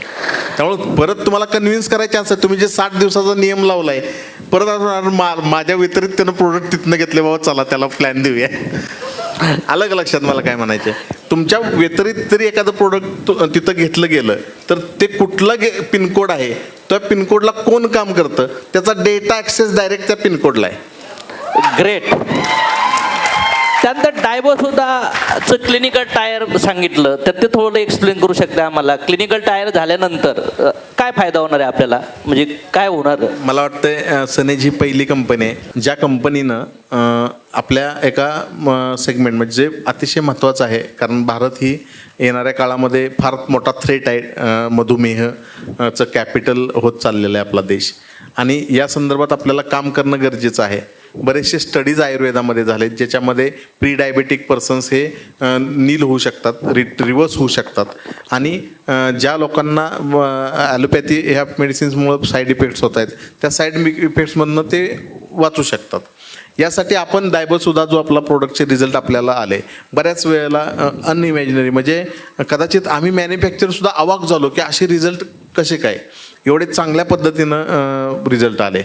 म्हणजे बऱ्याचशा लोकांच्या स्टेटस आणि तुम्ही जर रिपोर्ट्स बघितले तर तुमच्या लक्षात येईल की 415 शुगर असणारी नॉर्मल लोक आता झालेत. बरोबर. मग हा विषय आमच्या लक्षात आल्यानंतर आपण क्लिनिकल ट्रायल चालू केली. क्लिनिकल ट्रायल एवढ्यासाठी की मी म्हणतोय म्हणून एखादा प्रोडक्ट चांगला आहे असं होत नाही, त्याला काहीतरी एक ऑथेंटिक रेकॉर्ड असतं, एक प्रोसेस आहे त्याची, त्याला क्लिनिकल ट्रायल्स असं म्हणलं जातं. कोरोनाच्या पिरियडमध्ये तुम्ही ऐकलेलं आहे सगळ्यांनी, बरोबर ना.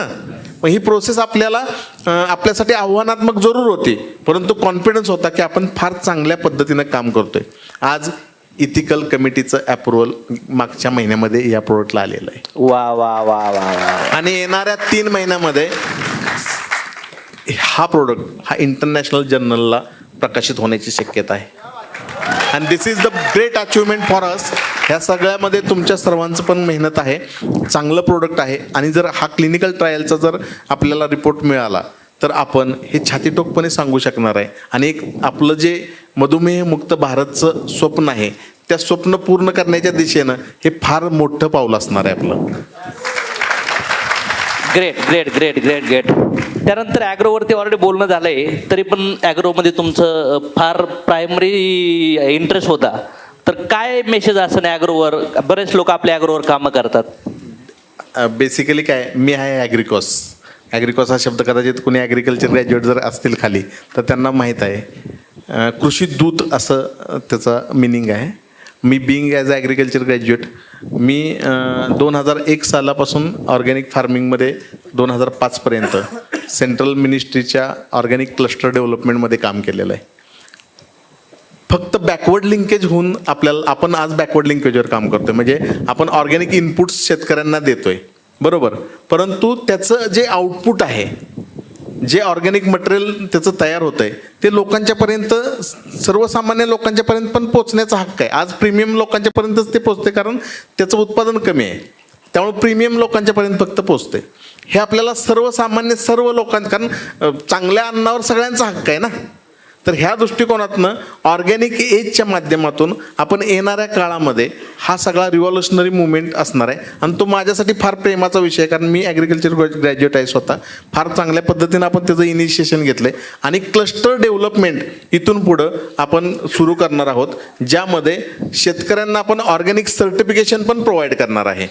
येणाऱ्या काळामध्ये, येणाऱ्या 2 ते 3 महिन्यामध्ये आपल्याकडं पण आपलं स्कोप सर्टिफिकेट सनेजचं येत आहे. आपण ऑर्गॅनिक एजचा ब्रँड हा येणाऱ्या काळामध्ये फार मोठ्या लेवलला लॉन्च करणार आहे. Great great great great. आज शेतकरी अडाणी असतात, नॉलेज नसतं, तर तुम्ही फक्त तुमचे 5-10 हजारचे प्रोडक्ट त्यांना देऊ नका, रिस्पॉन्सिबिलिटी घ्या. आईवडिलासारखं आपली शेती कशी जपतो आपण, त्यांसंग एक रिलेशन बांधणे करा. फार कष्ट करावं लागतं माहिती आहे ना. हां, लाईट नसती, थंडी असती, स्वेटर घालतात, लाईट लावतात, बघितलं असेल ना कधी कधी. उठायची इच्छा होती का रात्री 1:30-2 वाजता? फसू नका त्यांना. स्वतःच्या फायद्यासाठी जर तिथून तळतळ टाळा तर प्रॉब्लेम्स आहेत. माझी इच्छा आहे की सनेजचा प्रत्येक लीडर फॅमिलीसारखं ॲग्रिकल्चर लोकांच्या शेतकऱ्यासंग रिलेशन करणार. किती जण रेडी आहे त्या गोष्टीला? जर कोणी असा निसता हे घ्या नंतर फोन नाही काय नाही, त्याला नॉलेज घ्या पूर्णपणे आणि शेतकऱ्यासंग अटॅचमेंट करा. जर उतरायचं ते क्षेत्रात तर वर द्यायचं असेल काही, आता कोणी भेटत नाही, मग जाऊ आता शेतकऱ्याला 10-20 लोकांना सांगून येऊ, असं काम नाही करायचं. हात नाही घालायचं कामात, घातला तर काय करायचं, रेकॉर्ड करायचं. बददुआ नाही आल्या पाहिजेत. लोकांच्या डोळ्यात अश्रू आणि आपण चांगलं पोट भरतोय ना, त्याला तामसिक एनर्जी मानतात. थर्ड क्लासचा पैसा बिलकुल नको आपल्याला. Right or wrong? आज फार छान डिस्कशन चाललंय. सेकंड 2च क्वेश्चन राहिले सर. व्हाय दिनचर्या हा वर्ड आमच्यासाठी नवीनच आहे सर. तर आपले दिनचर्या कशी मेंटेन केली पाहिजे आपल्या प्रोडक्ट सोबत? बघा, मी आता या सगळ्या टोटल क्वेश्चन आन्सर्समधून एक गोष्ट तुमच्या सगळ्यांच्या लक्षात आली असेल. आयुर्वेदाचं जे आपल्या आयुष्यामध्ये महत्त्व आहे ना, आयुर्वेद म्हणजे हे सायन्स ऑफ लाईफ आहे, लक्षात घ्या. आयुर्वेदामध्ये दिनचर्या, ऋतुचर्या ही फार चांगल्या पद्धतीनं सांगितली गेली आहे. आज जेवढे पण तुम्हाला हे तर आजार दिसत आहेत ना, किंवा जेवढ्या पण तुम्हाला न्यूट्रिशन डिफॉल्ट किंवा जे पण प्रॉब्लेम तुमच्या शरीराच्या संदर्भात आहेत ना, कदाचित मनाच्या संदर्भात पण जे काही प्रॉब्लेम आहेत ना, ते सुद्धा त्याचा बेसच तुमची लाईफस्टाईल आहे, ज्याला आपण लाईफस्टाईल म्हणून फेमस आहे आज. त्याला दिनचर्या म्हणतो आपण आयुर्वेदामध्ये. आणि ही दिनचर्या सकाळी सुरू होते, संध्याकाळी संपते. आपण जर ऑब्झर्व केलं ना, तर ही दिनचर्या 90% डिस्टर्ब आहे आपली. बरोबर आहे का नाही? 90% डिस्टर्ब आहे. कुणाचंही जेवण सकाळचं वेळेवर नाही, सकाळी नाश्ता कधी करायचा आहे माहीत नाही, सकाळी उठल्यानंतर काय करायचं आहे माहीत नाही, तुम्ही याचं एक सिम्पल उदाहरण तुमच्या लक्षात घ्या. आता प्रत्येकानं हा प्रश्न आपल्या मनाला विचारा, सकाळी जर पोट साफ नाही झालं तर दिवस कसा जातो? इथूनच दिनचर्या चालू होते. संध्याकाळी त्रिफळा घेतला, सकाळी ॲलोवेरा घेतला, झाली दिनचर्या चालू. दिवस चांगला जाणार. म्हणजे पोट साफ तर मन साफ म्हणतात, तसा प्रकार आहे. पोट साफ तर मन साफ. अरे बाप. सुरुवातच तुमच्या दिवसाची चांगली झाली आणि जर तुम्ही सकाळपासून व्यवस्थित प्रोटीन, न्यूट्रिशन, आपला ग्रीनरीच आहे, ह्या सगळ्या गोष्टी जर फॉलो केल्या ना, टायमिंग्स फॉलो केली, पाणी पिण्याच्या सवयी हे केल्या, सगळं फ्रीज उघडला की चल घे गार पाणी, गट गट गट गट गट पे, संपलं. तहान भागते त्यानं. म्हणजे ह्याच्यातून मला असं जाणवतंय सर की फक्त लोकांना प्रोडक्ट देऊन काही नाही होणार. काय वाटतं? त्यांच्या लाईफस्टाईलमध्ये बदल आणावं लागेल. खावं कसं, कधी खावं, किती खावं, काय नाही खावं, पाणी कधी प्यावं, झोपण्याच्या अगोदर कधी जेवावं. मला वाटतं हे स्पेशल लेक्चर द्यावं आणि याच्यात तेच लोक देतील ज्यांना फार मोठा बिझनेस उभा करायचा. चहा एकदाच विकतात का वारंवार विकावं लागतो कस्टमरला? आमचे लोक एकदाच देतात तर पुन्हा जातच नाही त्याच्याकडे, मग दुसरा शोधतात. नाही, एका बी पासून जंगल बनतं, माहिती आहे ना. तर मला असं वाटतं प्रोडक्ट काम करण, सरांच्या म्हणण्यानुसार डायजेशन सिस्टम, त्याचा आहार प्रॉपरली झाला.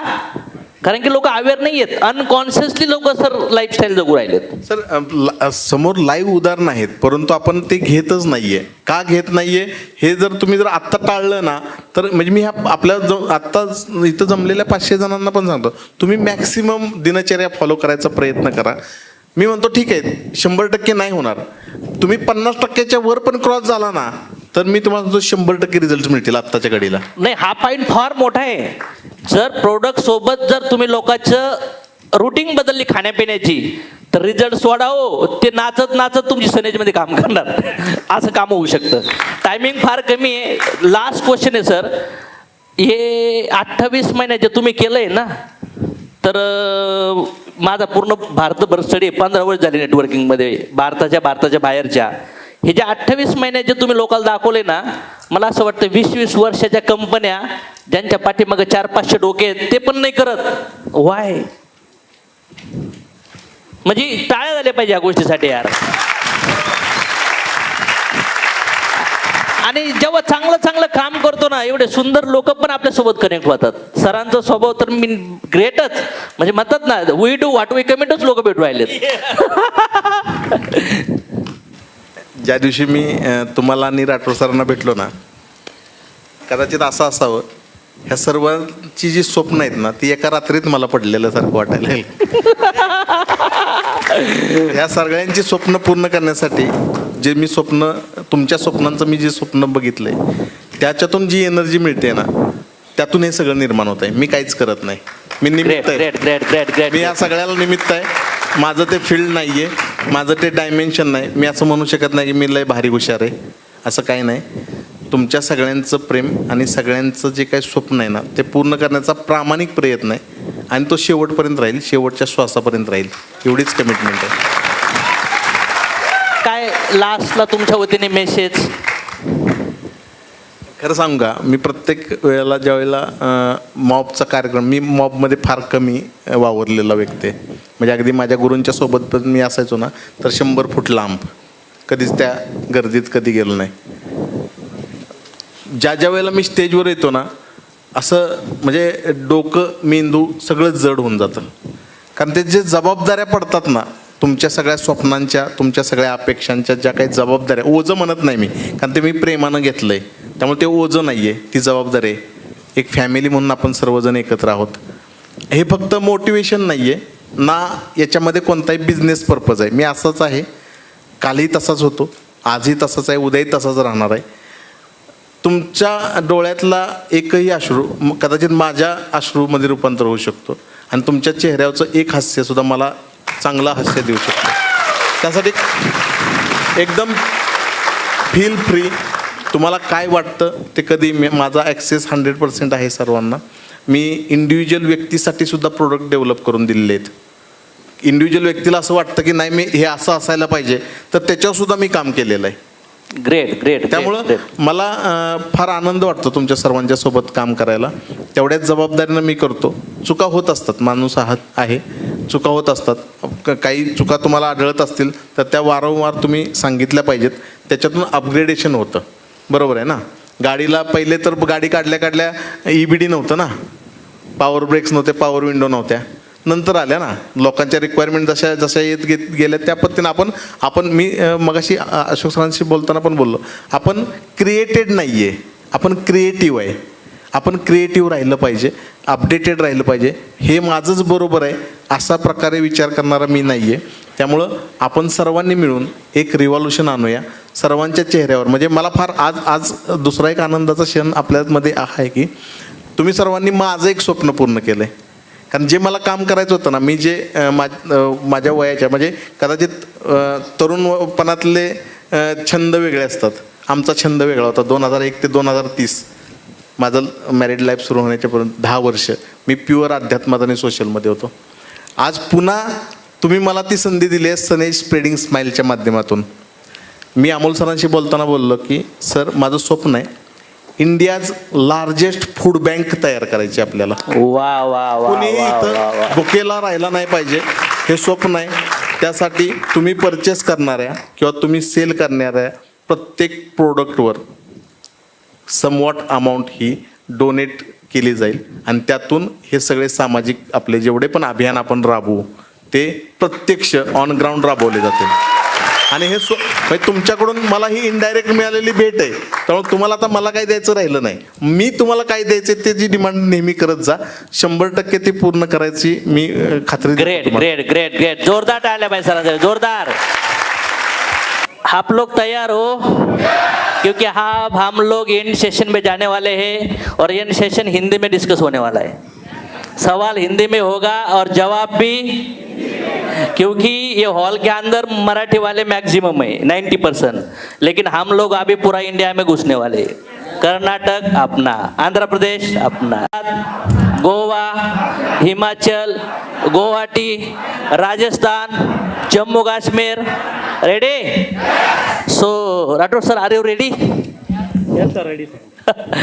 ओके सर, बहुत सारे लोग आते हैं, जीते और चले जाते हैं, लेकिन कुछ लोग ऐसे होते हैं बस पूरी जिंदगी परिवार को भी खुश नहीं करते. लेकिन कुछ लोग ऐसे होते हैं 60 साल लगाते और बीबी को, बच्चों को, माँ बाप को खुश करते. उनको लगता है हो गया. आपके जिंदगी में सब कुछ सेट था, फिर भी आपने सनेज क्यों लिया? आप भी एक नॉर्मल जिंदगी जी सकते थे, खुद का जिंदगी जी सकते थे. वाई? क्यों ये पंगा लिया? बहुत इंपॉर्टेंट है, बहुत रिस्पॉन्सिबिलिटी है पोजीशन पे. यस सर, एक्चुअली सर का सवाल बहुत ही बढ़िया सवाल है. मैं थोड़ा सा अपने बचपन से 1 मिनट लूँगा सर. बचपन की स्टोरी, जब मैं पैदा हुआ तो एक करीबन 3.5-4 महीने का मेरा एज था, और माँ ने मुझे दरवाजे के सामने रख दिया था अपने गांव में, और मैं खेल रहा था. माँ खाना बना रही थी. तो एक्चुअली मेरे चारों बाजू में जो अजगर होता है ना, वो ऑलरेडी घेरा हुआ था मुझे. और वो एक जो उसका फुफकार होता है ना, वो लगा रहा था. एक्चुअली वो लास्ट मोमेंट के लिए कि मैं निकल लूँ। तो माँ ने वो आवाज़ सुनी तो बोले कि ये बच्चे के सामने सिट्टी कौन बजा रहा है। तो हमारे मतलब गांव में भाकरी बनाते ना, तो बनाते बनाते बाहर आई तो देखा तो पूरा अजगर, मैं बीच में और पूरा अजगर ने घेरा हुआ। तो गांव वाले आए, सब जमा हो गए, ऊपर से टीन वो निकाल के मारने के लिए सब भाला गिला लेके। लेकिन भाला मारे कैसे? वो भाला मारने से पहले मैं बीच में था, अरे ये कैसे निपटाया जाए। तो कैसे तो भी गांव वाला ने अपनी आइडियाज़ लड़ाई और अजगर को फिनिश किया और मैं वहाँ से सही सलामत बाहर निकला।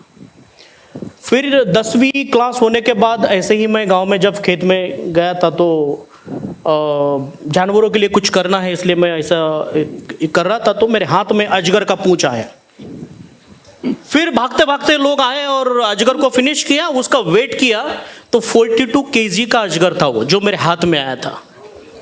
और जो मुझे निकलने वाला था, और मेरी दादी और मेरी माँ अभी भी है, मेरे रिलेटिव अभी भी है, वो अभी भी स्टोरी बोलते हैं।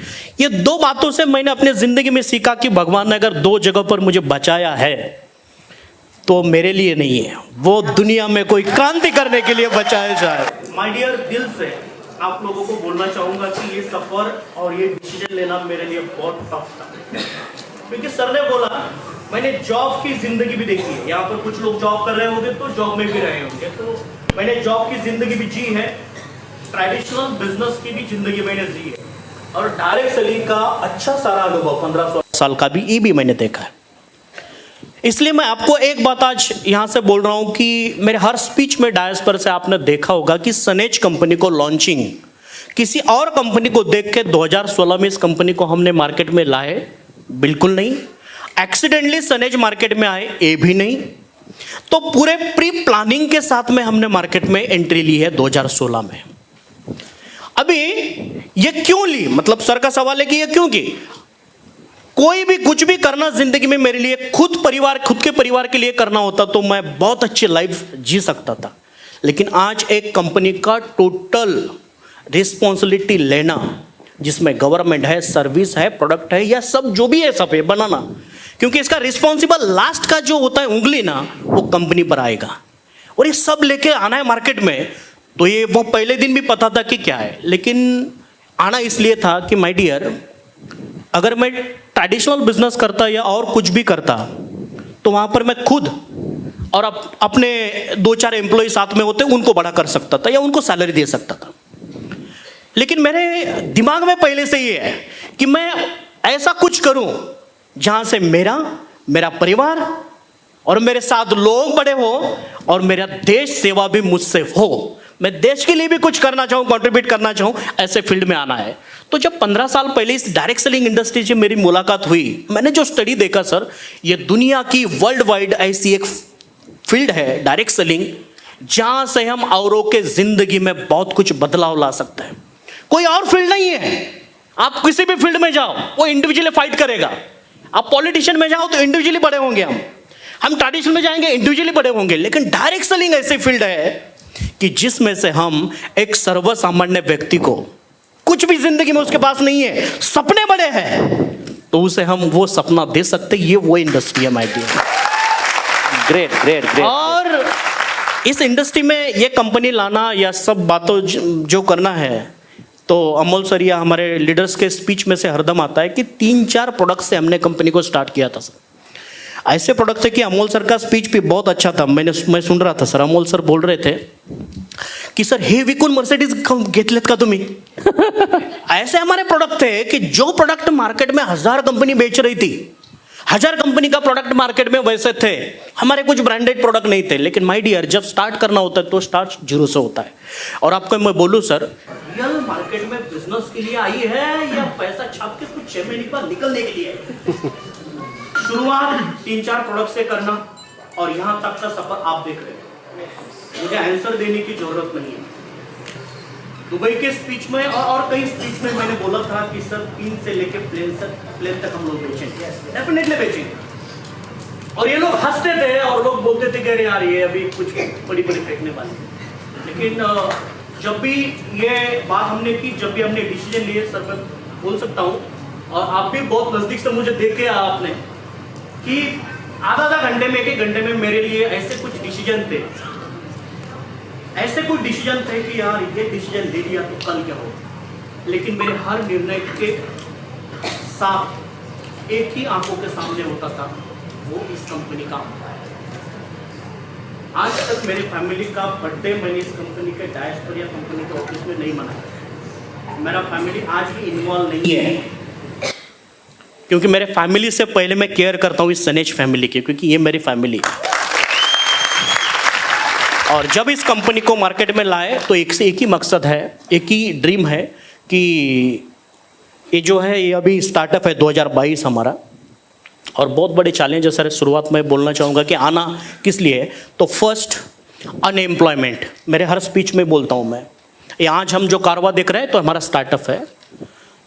आपको बोलता हूँ ऐसे कुछ स्टेट है, ऐसे कुछ एरियाज है जहाँ पर 10,000 50,000 इनकम के लिए, पैसे के लिए लोग स्टूडेंट आत्महत्या कर रहे हैं। ऐसे कुछ वर्ग है जहाँ पर एक वक्त तक खाना भी नहीं मिलता है। तो मेरे दिमाग में ये था कि हम आज किसी को ब्रेड बटर देंगे, आज किसी को खाना देंगे, तो कल उसे और भूख लगेगी, वो कल और हमारे पास में मांगने के लिए आएगा। तो मेरे दिमाग में आया कि हम क्यों ना ब्रेड बटर बनाने की मशीन ही उसे दे दे कि बात ही खत्म हो जाए। फिर माइंड में चला ये प्लान और ये कंपनी, इस कंपनी से वो आने के बाद अपने हर ड्रीम को कंप्लीट कर सकता है। ये हमने डिसीजन लिया और निर्णय ये किए सर कि अनएम्प्लॉयमेंट पूरे भारत में आप लोगों के मेहनत से, अशोक सर और हमारी पूरी टीम डायनामिक लीडर आप लोगों के साथ में भारतवर्ष में आर्थिक क्रांति लाना है। पहले दिन मेरा कदम सही है, रॉन्ग है, राइट है, मुझे पता नहीं था माय डियर, लेकिन कदम मैंने रखा। क्योंकि जब गांधी जी भी भारत को स्वतंत्र करने के लिए, महात्मा जी भी जब निकले थे, तो पता नहीं था उस कदम के साथ में कितने कदम आने वाले, कितने कदम जुड़ने वाले, लेकिन वो निकले। जब भगत सिंह राजगुरु फांसी पर झूले तो उन्हें नहीं पता था कि मरने के बाद देश में क्या क्रांति होगी, लेकिन वो झूले क्योंकि देश को आजादी उस टाइम में चाहिए थी। आज देश की आजादी है, लेकिन हम फाइनेंस फ्रीडम में नहीं है, हम आर्थिक आजादी में नहीं है। आज भी आपका बेटा उंगली रखे और आपको परचेस करके उसे दे सके, वो ताकत हमारे पास नहीं है, लेकिन डेफिनेटली सनेज वो 3 साल में आपको दे सकती है। ये मेरा वादा है। Great great great great sir. जब हम लोग, मुझे लगता है 6 साढ़े 6 साल पहले मिले थे, बराबर ना, 6, हाँ, तो शायद कुछ नहीं था दिखाने के लिए, ना गाड़ी थी, ना करोड़पति थे, ना चेक्स थे, ना कुछ प्रोफाइल था। लेकिन आज की तारीख में बड़ा टर्नओवर हुआ, ऑलमोस्ट 20-25 लोगों ने 1 करोड़ प्लस इनकम कमाया, ऑलमोस्ट 600-700 लोगों ने कार परचेस लिया, different types of foreign tour आपने दी। आज की तारीख में बहुत सारे लोग शुरू तो करते हैं एक दूसरे को देखकर, लेकिन जब शुरुआत तो बहुत ईजी है, लेकिन बीच में सब कुछ रिजेक्शन आता है, लोग एक्सेप्ट नहीं करते, चैलेंजेस आते हैं और फिर लोग गिव अप कर देते। मतलब जब टफ आने लगेगा तो गिव अप कर देते। तो आपके जिंदगी में ऐसा सबसे बड़ा कौन सा चैलेंज था सनेज को यहाँ तक लाने के लिए, और वो चैलेंज में से आपको किस तरह से मेंटेन रखा और वहाँ से कैसे निकले आप? हो सकता है सर ने जो फेस किया है वो अगर हम सुनते हैं तो यार सर इतनी बड़ी कंपनी चलाते हैं तो आप तो मर्सिडीज तो चिल्ला रहे, राइट और रॉन्ग? हर सक्सेसफुल एंटरप्रेन्योर के पीछे चैलेंज, जितने बड़े बड़े चैलेंज सॉल्व करता है उतनी बड़े बड़े अचीवमेंट उसको मिलती है। यस, एक्चुअली जब इस कंपनी का निर्माण हुआ सर, चैलेंज हर कदम पर आए मुझे। पहला सवाल था कि मैनेजमेंट का अनुभव नहीं, लोग बोलते थे, मार्केट बोलते थे कि यार मैनेजमेंट का अनुभव नहीं, ये कैसे मैनेज करेंगे? ठीक है, बिजनेस आएगा, धंधा आएगा मार्केट से, लेकिन मैनेजमेंट का यहाँ पर कोई स्किल नहीं दिख रहा है, कंपनी का बड़ा कोई प्रोफाइल नहीं है। मतलब लोगों को आपको ट्रस्ट देना था, मतलब जो आपको दिखता था वो लोग नहीं देख सकते थे, नहीं देख सकते थे। तो एक्चुअली माय डियर, मैं सबको दिल से बोलना चाहूँगा कि जिंदगी में अगर हमारे पास में बड़े सपने या बड़ा विजन है तो आपको कोई दुनिया की ताकत रोक नहीं सकती, चाहे कुछ भी हो जाए। हम आए हैं विजन के साथ में। विजन क्या है हमारा? तो विजन एक ही है, आर्थिक क्रांति लाना, ऑर्गेनिक फार्मिंग में काम करना। ये ऑर्गेनिक फार्मिंग तो पहले दिन से मेरे स्पीच से मैं दे रहा हूं। क्यों? क्योंकि मैं किसान का बेटा हूँ और आज खेती कहाँ पर है और ये सब सिचुएशन हम देख रहे हैं, बेचना हमारा मकसद नहीं है। एक्चुअली सर इतने कुछ चैलेंज आए, मतलब एक वक्त था 2017 का जब हम मिले थे, उससे 1.25 महीना 1 महीना पहले की बात मैं बोलूँगा आज। वो चैलेंज मेरे लिए ये था कि मार्केट बोलना चालू हो गया था, लोग बोलने चालू हो गए थे कि यार अभी सनेज कंपनी को लॉक लगेगा। और वो किस्सा मैं आपको थोड़ा फ्रेंडली बोलना चाहूँगा, अभी हम बैठे ये सवाल हुआ तो सर एक्चुअली जब हमारा मोमेंट हुआ बाहर निकले तो कुछ एम्प्लॉय डिस्प्यूट हुए, एम्प्लॉय निकले बाहर। हमारा ऑफिस था वाल्लेकरवाड़ी में, तो शाम के 6 बजे थे, मेरे पास में चैलेंज था कि है वो लीडर कैसे स्टे करना, रुकाना, नए बिजनेस को कैसे लाना और इस प्रॉब्लम को, इस चैलेंज को कैसे फेस करना। ओनली मैन, सिंगल पर्सन में बैठा था और हर तरफ से चैलेंज थे। और जब फैमिली में मेरा और मेरे मिसेस का फैमिली में हम डिस्कस किए तो फैमिली बोले कि इतना चैलेंज में मत पड़ना। लेकिन मैं हरदम बोलता हूँ कि दुनिया का कोई ब्रांड अगर बना होगा ना, वो ब्रांड कब बनता है, जब आप लोगों का विश्वास टूटने नहीं देते। तो मैं भगवान के सामने बैठा उस वक्त सर, और मंदिर के सामने घर में बैठ के भगवान को बोला कि देख भगवान, ये जो आज परिस्थिति बनी है, ये परिस्थिति तूने ही क्रिएट की है। मैं चैलेंज के साथ में भगवान को बोल रहा हूँ कि ये जो परिस्थिति बनी है, ये जो सिचुएशन बनी है, ये तूने ही बनाई है और मुझे 100% गारंटी भी है कि इस परिस्थिति को लांग कर आगे जाने की ताकत भी तू भी देगा, इसलिए मैं हारने वाला नहीं हूँ। तो मेरे ऐसे कुछ डिसीजन जिंदगी में रहे कि जब मैं लेना पॉसिबल नहीं होता था तो मैं भगवान और स्पिरिचुअल में निकल जाता था कि ऐसे आंसर, और दूसरे दिन ऐसे सॉल्यूशन आते थे कि यार। इसलिए मैं हरदम बोलूँगा कि ये पहला सिचुएशन। दूसरा सिचुएशन कोरोना के टाइम पर बोलूँगा। आज हमारा स्टाफ यहाँ पर आया, आप लोगों ने सम्मान किया, ये अपनी बैक टीम है, कंपनी की नहीं, हमारी बैक टीम है। दोस्तों, कोरोना के टाइम पर कोई पे आउट किसी का लेट नहीं हुआ। पूरी दुनिया बनती, फ्लाइट बनते, ट्रेन बनती, बस बनती, यहाँ तक कि अपने एरिया के, अपने घर से बाहर निकलकर रोड पर हम लोग नहीं आ सकते थे। उस टाइम में हमने किसी का पे आउट या किसी का प्रोडक्ट की सर्विस कम नहीं होने दी। लेकिन सर आपको पहली बार इस डायस में बोलता हूँ कि हमारे स्टाफ ने उस टाइम में सिर्फ 10% सॅलरी ली। सर आमचं घर चालतं तेवढी सॅलरी द्या, पण आपल्याला काम करायचं।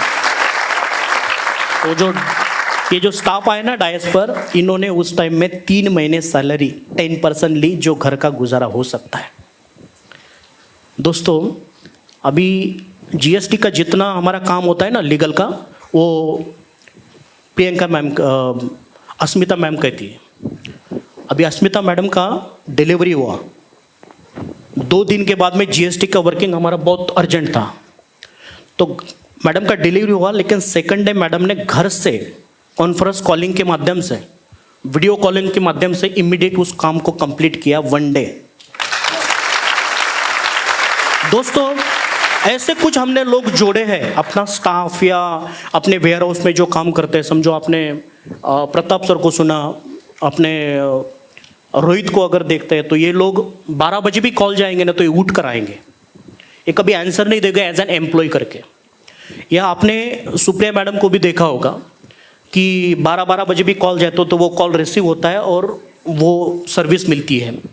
प्रियंका मैडम हो या अकाउंट डिपार्टमेंट में हो, तो सर ये जोड़ने में मुझे जो तकलीफ हुई ना, ये बहुत तकलीफ हुई। लेकिन जिंदगी में बड़ा अगर कुछ करना है ना तो तकलीफें तो आएगी, मुश्किलें तो आएगी। सिंपल अगर किसी को इजी मिल जाता तो क्या ये महत्व होता डायस पर आने के, बैठ के बात करने की? नहीं माय डियर। तो ऐसा कुछ हमने देखा है उस दुनिया में। और सेकंड, जब मैंने स्टार्ट 2016-17 में की थी तो लोग बोलते थे कि सर कंपनी अच्छी होने के लिए क्या क्या चाहिए, कंपनी में, कंपनी बड़ी बनने के लिए कंपनी में क्या क्या चाहिए। तो लोग बोलते थे सर प्रोडक्ट क्वालिटी चाहिए, सर्विस अच्छी चाहिए, प्लान अच्छा चाहिए, ये अच्छा चाहिए। तो ये सब होने के बाद मैं बोलता था वो मैनेजमेंट के जो डायरेक्टर होते हैं ना, तो इनकी नीतिमत्ता और नैतिकता भी अच्छी चाहिए, वो ऐड करो, उसके सिवाय होगा ही नहीं कुछ। आपको बोलूँगा, पिछले कुछ महीनों से पहले एज एन मैनेजिंग डायरेक्टर, मैं सैलरी बेस पर काम किया मैंने। आपको अचंभित लगेगा, लेकिन आपका कोई पे आउट डिले नहीं हुआ। यहाँ तक कि गाड़ी का डीजल भी क्रेडिट कार्ड यूज़ करके मैंने किए, लेकिन आपका सिंगल 100 रुपीज़ का पे आउट कभी डिले नहीं हुआ। सेल्फ हमने कभी सोचा नहीं, लेकिन कंपनी आप देख रहे हो, ये बनाने के लिए महाराष्ट्र की कोई कंपनी सोच भी नहीं सकती। एक प्रोडक्ट अगर लॉन्च करना है ना, एक सिंगल प्रोडक्ट, उसके इन हाउस में कितनी तैयारी करनी पड़ती है। आज 100+ हमारी शॉपीज़ है, वहाँ पर टोटल स्टॉक का प्रोडक्ट आप देख लो, वेयर हाउस में स्टॉक आप देख लो, और मैन्युफैक्चरिंग करने से पहले वो जो भी स्टॉक हमें रखना पड़ता है। मतलब सर मैं गारंटी देता हूँ, महाराष्ट्र की ओनली वन कंपनियां सनेज जो ये कर सकती है, और भारत के कुछ टॉप क्वालिटीज और टॉप कंपनी में एक कंपनी अपनी सनेज। Great great great sir. Sir company का प्रोफाइल बना, बहुत बड़े बड़े टाइप भी हमारे साथ आए, बहुत इन्वेस्टमेंट भी लगाए, उसके बाद प्रोडक्ट के डेमो होते, रिजल्ट्स है, पे आउट्स है, सब बड़ी बड़ी अचीवमेंट्स है, सिस्टम दे रहे, टूल्स दे रहे। लेकिन इसके साथ जो गवर्नमेंट की गाइडलाइन आई है, बहुत सारे ऑलमोस्ट 4-5 साल पहले से ही गाइडलाइन लॉ चल रहा था, तो टैक्सेस हो, जीएसटी हो या कंज्यूमर प्रोटेक्शन बिल है, उसके जो भी गवर्नमेंट जो बोलता है उस हिसाब से हम लोग जा रहे हैं क्या? यस सर का सवाल आप लोगों को इस सवाल से बहुत अच्छा क्लियर होगा। देखो दोस्तों, मेरे आंखों के सामने कुछ कंपनी को चैलेंज आए डायरेक्ट सेलिंग में, और मैं हरदम बोलता हूं कि हम दुनिया के किसी भी प्रॉब्लम को फेस कर सकते हैं, किसी भी प्रॉब्लम को हम फाइट कर सकते हैं, लेकिन रेगुलेशन डिपार्टमेंट और गवर्नमेंट के साथ में हम कभी फाइट नहीं कर सकते और ना ही करना है। इसलिए पहले दिन से सनेज 2016 से कंपनी का सर स्पेशल सीए, कंपनी के लीगल एडवोकेट की डिपार्टमेंट, ये हमने पहले दिन से रखे, क्योंकि पहले दिन से माइंड में है कि प्रोडक्ट की सर्विस, पे आउट सर्विसेज या ऑफिसेस जो भी है, सैलरी से लेके सब होने के बाद नेक्स्ट इमीडिएटली उसी महीने में हमें क्या करना है, तो लीगल कंप्लीट करना है, क्योंकि उसे चैलेंज नहीं लेना है। माय डियर, कुछ कंपनी 500 करोड़ की कंपनी टर्नओवर करी महाराष्ट्र में, लेकिन 500 करोड़ करने के बाद भी उस कंपनी को फिनिश होना पड़ा बिकॉज जीएसटी, उस टाइम में वैट था, वैट और टीडीएस प्रॉब्लम उन्होंने नहीं कंप्लीट किया, इसकी वजह से। तो पहले दिन से हमने ये देखा, क्योंकि यहाँ पर आप लोग, मैं देख रहा हूँ यहाँ पर जो भी बैठे ना, हम सर्वसामान्य फैमिली से हैं, कोई करोड़पति जनरेशन से यहाँ पर बैठा मुझे नहीं लगता है। और जो आपने विश्वास रखा है ना 2016 से, एक ही मन में और एक ही माइंड में है कि विश्वास कभी टूटना नहीं चाहिए। इसलिए इतने प्रामाणिकता से काम करना है कि आपको बोलता हूं कि पिछले 3 महीने पहले सर, बरोबर ना, 3 महीने पहले हमारा जीएसटी गवर्नमेंट से सर्टिफाइड कंपनी को मिला, सनेज को, कि ये कंप्लीटली हर महीने जीएसटी गवर्नमेंट को पे करने वाली डायरेक्ट सेलिंग की कंपनी। और जो हमारे सीए हैं, तो उन्होंने बोला सर कम से कम ये महाराष्ट्र की एकमेव कंपनी होगी जिनको ये सर्टिफिकेट मिला है, ये किसी को नहीं मिला। तो टीडीएस हो, यहाँ तक कि जीएसटी हो या लीगल का बाकी का भी हो। दूसरा मैं आपको बोलूँ कि हमने महाराष्ट्र के बाहर, जैसे कि गोवा में लॉन्च किए या आंध्र प्रदेश में भी हमने लॉन्च किए, तो गोवा में जाने से पहले हमने गोवा गवर्नमेंट से पहले एग्रीमेंट बनाए, स्टेट एग्रीमेंट होता है। आंध्र प्रदेश में जाने से पहले आंध्र गवर्नमेंट से हमारा एग्रीमेंट बना। तो इतना प्रॉपर काम चलता है। आप कहीं पर भी हमारा शॉप रहेगा, कहीं पर भी हमारा लॉन्चिंग रहेगा अदर स्टेट में, तो पहले वहां पर गवर्नमेंट की गाइडलाइन फॉलो होगी, और गवर्नमेंट की गाइडलाइन के साथ, गवर्नमेंट के साथ वहां पर हमारा एग्रीमेंट होगा। अनलीगल कुछ भी करना नहीं है, क्योंकि ये मेरा भारत है, अपना भारत है, अपना देश है। और जो जीएसटी का पेमेंट जाता है और जो टीडीएस या जो भी हम लीगल टाइम टू टाइम पे करते हैं ना, इससे क्या होता है पता है, तो अपना देश सक्षम होता है। यह एक देश सेवा हमारी हो रही है।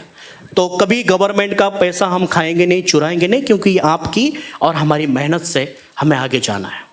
तो लीगल, मैं गारंटी देता हूं, आप लोगों को विश्वास या कोई सवाल भी करे ना, तो आप आंसर दो कि बहुत बड़ी बड़ी कंपनी भी इतना लीगलाइजेशन में कभी स्ट्रांगली नहीं होती है। अपनी तो एक स्टार्टअप कंपनी है, शुरुआत है सर 2022 की, फिर भी हमने लीगल को प्रॉपर हैंडल और मैनेज किया है। Great great great great great. Next जो भी सवाल है सर थोड़ा टफ है क्योंकि हम लोग नेक्स्ट जनरेशन को बिजनेस देने वाले हैं बराबर ना sir after you know matter कब हमें एक्झिट होणं है ना लई लोक डेंजर असतात मला पण म्हणले सर एज्युकेशन सिस्टम बाद में कोण सांभाळले का अशोक सर मेले तर नंतर काय तुमचं लोक लई येडे असतात आहे ना तर काय कारण की येणाऱ्या काही वर्षात आपल्या ॲब्सेंटमध्ये पण आपली पुढली जनरेशन ही सनेजला कसं स्प्रेड करू शकते एरवी डेंजर क्वेश्चन ना एक्चुअली सर का सवाल बहुत अच्छा है कि सर ये सब कारवा तो बनेगा ये सब माहौल बनेगा लेकिन इस दुनिया में हम न होने के बाद क्या होगा तो माय डियर आपको मैं क्लियर करता हूँ कि बहुत जल्द मतलब जैसे कि अभी हर सर्विस हम ऑनलाइन हर सर्विस इस तरह से बना रहे हैं कि जहाँ इंडिविजुअली कोई पर्सन की ज़रूरत ना पड़े नेक्स्ट एज एन फॉलो हम जो कर रहे हैं जैसे कि टाटा ग्रुप ऑफ कंपनी है तो यहाँ पर कोई पर्सन नहीं है और मैं आपको क्लियर करता हूँ कि इस कंपनी के डायरेक्टर या मालिक हम लोग नहीं है या हम नहीं हैं हम सिर्फ ही ट्रस्ट के एक ट्रस्टी है ये जनरेशन टू जनरेशन ये कंपनी कैसे चलेगी तो सिस्टम के बदौलत आज ये सर महीने में कम से कम 25 दिन ऑफिस में मैं नहीं होता हूँ फिर भी सर्विस मिलती है कि नहीं 25 दिन में नहीं अवेलेबल हाँ पेमेंट तो सर नहीं देते प्रोडक्ट भी सर देते नहीं वॉलेट भी यहाँ पर काम होता है पूरे सिस्टम के साथ में और आने वाले 2025 तक ये कंपनी इतनी सिस्टमेटिक बनेगी कि आपको पता ही नहीं चलेगा कि यार ये कहाँ से क्या हो रहा है कि कोई बंदा यहाँ पर पर्सन काम नहीं करेगा और सेकंड कल जनरेशन टू जनरेशन ये चलना चाहिए इसकी powerful planning mister Sachin Samant sir fighter Ashok sir और मैं हम लोग इतनी मेहनत से ये सब कुछ बना रहे क्योंकि आप जो 40 साल की कंपनी देख रहे हैं ना दोस्तों वो भी एक इंसान है ओनर और हम भी एक इंसान है उनके पास भी दिमाग है हमारे पास में दिमाग है अगर ये वो सोच सकते हैं तो हम भी सोच सकते हैं अगर ये कंपनी वो बना सकते हैं तो हम भी बना सकते हैं ग्रेट ग्रेट ग्रेट ग्रेट मतलब नॉमिनी चूज करून ठेवा आपले पूर्ण सनेला चालवणार आहेत ready great sir clear next मेरा क्वेश्चन है सर 2 क्वेश्चन है 5 मिनट फिनिश करेंगे आने वाले 2025-2030 तक क्या मिशन देखते क्या विजन देखते ताकि जो आपको दिख रहा है शायद हम भी देख सके क्या हमारी टर्नओवर हो शॉपीज हो एक्चुअली जब पहले दिन से स्टार्टअप हुआ तो पहले दिन से जो प्रोडक्ट हमने लाए वो हर प्रोडक्ट में अपडेट हर महीने हर साल हम करते आए लेकिन जो अपडेट 4 नवंबर को आज आप लोग देख रहे हो इस हॉल में जो प्रोडक्ट पैकिंग या हाथ में लेने के बाद आप उस प्रोडक्ट का फील देखो और आज गारमेंट सेक्टर का स्पीच हुआ एग्रीकल्चर का भी स्पीच हुआ ये इसलिए कि हम अब सर्विस में उतर रहे हैं हर डिस्ट्रिक्ट में हर स्टेट में हमारा टोटल फील्ड उतरने वाला है मार्केट में फील्ड पर तो एक्चुअली यहां तक आने कर ये जो बनाया हमने आपके दिमाग से सोच के देखो सर ने तो बोला आप 0 लगाओ कितना है लेकिन डेफिनेटली बोलता हूं सर माइक और रिकॉर्डिंग चल रहा है आने वाले 2030 से पहले सनेज परिवार का टोटल कंपनी का टर्नओवर होगा 5000 करोड़ का कंपनी हम बनाएंगे इसलिए ये हमारा सपना है ये हमारा विजन है यहाँ पर बैठा हुआ हर बंदा है ना बस अपनी सोच को बढ़ा ले आप उस कंपनी के साथ में हो आप उस ट्रैक पर हो जिस कंपनी के विजन बड़े हैं और विजन बड़े नहीं होते और हम कोई कमिटमेंट को फेल करके निकल जाने वाले लोग होते हैं तो कोरोना का टाइम था हमें निकलने के लिए हेलो बहुत सारी कंपनी निकले हम नहीं निकले डटकर सामना किया हमने यहां तक कि वो टाइम आया वो बहुत अच्छा आया क्योंकि यहां से कनेक्टिविटी हुई सर सचिन सर का इन्वॉल्वमेंट कोरोना से फ्रंट पर हुआ डायरेक्टली 5000 करोड़ की कंपनी बनाना है क्या आप रेडी हो क्या आप रेडी हो क्योंकि ये जो बास्केट हमने बनाया ना ये 5000 करोड़ के ऊपर का है लेकिन मिनिमम टारगेट हमारा 5000 करोड़ की कंपनी 2030 से पहले बनाना एनुअल टर्नओवर ना सर? हाँ, total. एनुअल हर साल 5,000 करोड़ 30 के बाद करने वाले हैं, बराबर सर? यस, बिल्कुल डेफिनेटली करेंगे सर। सर शॉपी कितने हो गया? मेरे पास 100 शॉपी है, 2025 और 30 तक शॉपी का क्या टारगेट है हमारा? देखो सर, एक्चुअली हमारा जो बिजनेस है ये सर्विस बिजनेस है। अगर लोगों को प्रोडक्ट नहीं मिले तो बिजनेस नहीं होगा, बिजनेस नहीं होगा तो टर्नओवर नहीं बनेगा। आज ऑल ओवर जो भी मार्केट में हमारे 100+ शॉपीज है, शॉपी बढ़ाना ही पड़ेगा तब जाके बिजनेस बढ़ेगा। क्लियर हो रहा है? तो हमारा टारगेट है 2025 तक 1000 शॉपीज हम लोग कंप्लीट करेंगे ऑल ओवर इंडिया में, और 2030 से पहले सनेज का बोर्ड लगा हुआ शॉपी, और उसमें शायद तब तक हमारा तो ऑर्गेनिक प्रोडक्ट भी आ जाएंगे, गेहूं भी आ जाएंगे, चावल दालें भी आ जाएंगी सर, और ऐसे हमारे शॉप 10,000+ मार्केट में रहेंगे दोस्तों 2030 से पहले। Great great great great. तो हम लोग 2030 तक इंटरनेशनल जाने वाले हैं, लेकिन ये 2023 में कौन सी कंट्री होगी क्या नहीं लॉन्च कुछ है ना? एक्चुअली 2 कंट्री का हम लोग प्लानिंग फाइनल कर चुके हैं 2023 में। अभी आपको बोलता हूं सर, और हम यहां पर बैठे या सोफा पर बैठे, हमारे एम्प्लॉय प्रताप बोल रहा है कि 2 कंट्री हम लोग करेंगे, हमारे प्रोडक्ट भी वहां पर पहुंच गए। इसलिए आप सोच सकते हो कि हम क्या विजन लेके चल रहे हैं। अगर एम्प्लॉय बोलता है तो सर डेफिनेटली 2 कंट्री में हम 2023 में अपने बिजनेस का स्टार्टअप करेंगे। और 30 तक कहाँ देखते हैं हम लोग? 30 तक 2030 तक कितने कंट्री में जा सकते हैं हम लोग? करीबन हमारा जो प्लानिंग है ये प्री प्लानिंग है, मैं फिर से बोल रहा हूं, ये माइक पकड़कर भाषण वाली बात नहीं है। और भाषण करने वाले होते तो 6 साल हम यहां तक नहीं आते थे, बराबर? लोग सवाल करते थे सर पेआउट वेळेवर द्याल की नहीं, तो यहां पर मर्सिडीज मेंटेन हो रही है, और कम से कम 1000 मर्सिडीज का प्लानिंग लोग सपने देख रहे हैं। तो वो नॉर्मल कंपनी में आप गिनती मत करना। इसलिए आज जो भी मतलब वर्कआउट हो रहा है, तो करीबन सर, और हमारा जो डिस्कशन है वो 24 या 25 कंट्री में सनेज का बिजनेस स्टार्ट होगा 2023 से पहले। समझ लगा? हमें तो दिख रहा है भाई। एक यात्रा में पिताजी बच्चों को लेकर गए और बोल रहे थे पालना देख, झूला देख, ये देख। बच्चा रो रहा था क्योंकि बच्चा इतना सही था, पिताजी को पता ही नहीं चल रहा था बच्चों को दिख नहीं रहा है। पिताजी बोल रहा था मैं इतना दिख रहा हूं, बच्चा फिर भी रो क्यों रहा है? बाद में जब शूज बांधने के लिए झुका तब पता चला इधर तो सिर्फ कपड़े ही दिख रहे, लोग ही दिख रहे पूरे गर्दी में। तब उसने उसको कंधे पर उठाया और फिर पता चला बच्चा हंस रहा है। तो शायद मुझे लगता है कि आज इधर से हमें सर कंधे पे उठाकर दिखा रहे हैं कि सनेज क्या होने वाला है। दिखा क्या सर? लास्ट में साथ में मैं 3 सवाल करूंगा एक ही साथ 3 क्वेश्चन, क्योंकि मैं जब जुड़ा तो मेरे 18 क्वेश्चन थे। हाँ, एक बार कन्विंस हो जाओ और फिर पूरी जिंदगी लगाओ लोगों को कन्विंस करने में, बाद में रोना नहीं है। समझ में आया? सर नेक्स्ट सवाल है कि सनेज के लीडर्स क्या फ्यूचर है लोगों का? दूसरा चीज, लीडर से आपको क्या एक्सपेक्टेशन है? और तीसरा, आप इतने एनर्जेटिक क्यों काम कर रहे हो? मतलब कहाँ से एनर्जी मिल रही है?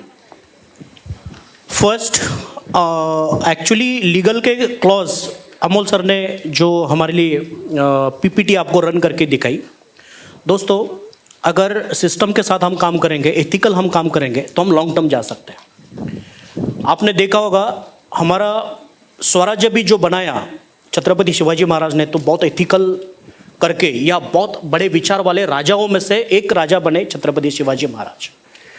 तो हमें एथिकल जाना है और सिस्टम से जाना है। जो सिस्टम के बाहर काम करेगा, वो चाहे मैं भी हूं, मैं आपके सामने बात कर रहा हूं माइक से सर, सिस्टम के बाहर अगर मैनेजमेंट भी काम करे तो वो भी नहीं टिकेगा यहां पर। तो सिस्टम और लीगल के साथ में काम करेंगे, लीगल को नो कॉम्प्रोमाइज, क्योंकि यहां पर लोगों ने जिंदगी लगाई है, यहां पर लोगों ने ड्रीम देखे हैं, यहां पर लोगों ने अपनी जिंदगी लगा दी है। और दोस्तों, ये इसलिए सिस्टम के साथ में और लीगल के साथ में करना है क्योंकि आज तक बहुत सारी कंपनी ने मार्केट को फंसाया है। वो फंसाने वाले की लिस्ट में हमें नहीं आना है, इतना प्रॉपर जाना है। दूसरा, जो एनर्जेटिक सवाल सर ने बोला, तो सपने बहुत बड़े हैं, इंडिविजुअल सपने नहीं, इस कंपनी के, इस अंपायर के लिए सपने बहुत बड़े हैं।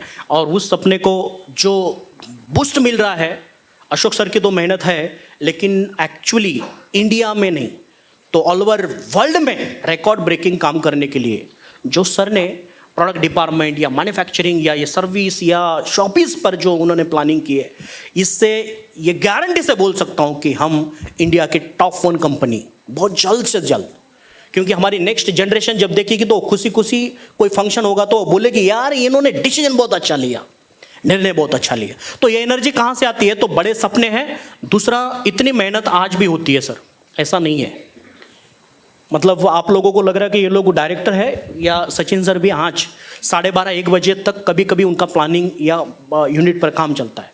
बहुत बड़े चैलेंजेस है, कभी सुकून भरी जिंदगी आज भी हम जीना नहीं चाहते। यहाँ तक कि सर गोवा का ओपनिंग था, लेटेस्ट मैं बोल रहा हूँ, गोवा का ओपनिंग था और गोवा के नेक्स्ट डे मुझे आंध्र प्रदेश जाना था, विजयवाड़ा, बाय कार।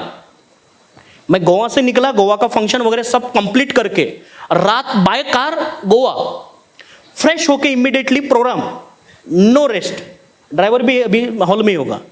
वहां से हम घर पुणे पहुंचे, पुणे से इमीडिएट रात में निकले हम आंध्र प्रदेश के लिए, विजयवाड़ा के लिए। 2-3 टाइम चाह लिए, रात में वहां पर पहुंचे, 1-2-3 घंटा आराम हुआ, सुबह में फिर मीटिंग के लिए रेडी, दिन भर मीटिंग कंप्लीट करके दूसरे दिन यहां पर आना था। तो इमीडिएटली शाम के मुझे लगता है 9:30-10 बजे सर विजयवाड़ा से निकले बाय कार।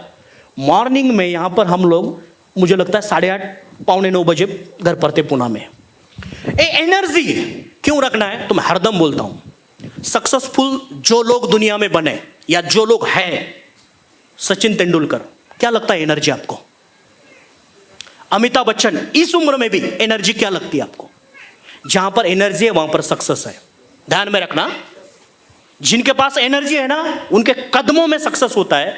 तो माय डियर, ये एनर्जी, और ये एनर्जी बहुत सारे मिस्टर सावंत सर से भी मिलती है। और सर आपकी मेहनत भी कम नहीं है सर, कभी कभी तो आप मजबूर कर देते हो मुझे काम करने में क्योंकि ये आप सब लोगों की मेहनत और ये सब लोगों, ये जो है ना, ये क्या सोने देगी? नहीं सोने देगी, इसलिए ऑटोमेटिकली एनर्जी बढ़ती है। और बस सर करना बहुत बड़ा है, क्योंकि मकाम हमारा कंप्लीट, यह हमारा विजन बहुत स्ट्रांग है। मैं लास्ट में 2 ही मिनट बोलूंगा आपसे कि 2030 से पहले इंडिया की जितनी भी आप बड़ी बड़ी कंपनी देख रहे हो डायरेक्ट सेलिंग की, यहां तक कि इंटरनेशनल लेवल की जितनी भी बड़ी कंपनी होगी, आपको यकीन ना होगा, मेरा शब्द आपको मोटिवेशन लगे कोई प्रॉब्लम नहीं, लेकिन 2016 में जो बोलते थे 2022 में लोग पागल है, ये कैसे करते हैं यार, इनका प्लानिंग कैसे चलता है, पागल है लोग, सोच से यहां तक कि डुप्लीकेशन करने के लिए रेडी है, लेकिन पता ही नहीं अंदर का ये होता क्या है। हाँ, बहुत सारे लोग सनेज को कॉपी करने के लिए भी रेडी है, लेकिन और आप हरदम बोलते हैं सर ये जो चेयर है ना, ये सुकून वाली चेयर नहीं, यहां पर कांटे की, ये कुर्सी कांटे की है, सब जगह से कांटे ही कांटे लगे हैं, फिर भी बैठे इसलिए कि कांटे सहना पड़े तो भी चलेगा, बलिदान करना होगा। यस, क्योंकि भारतवर्ष में इस इंडस्ट्री में एक रिकॉर्ड करना है हमें।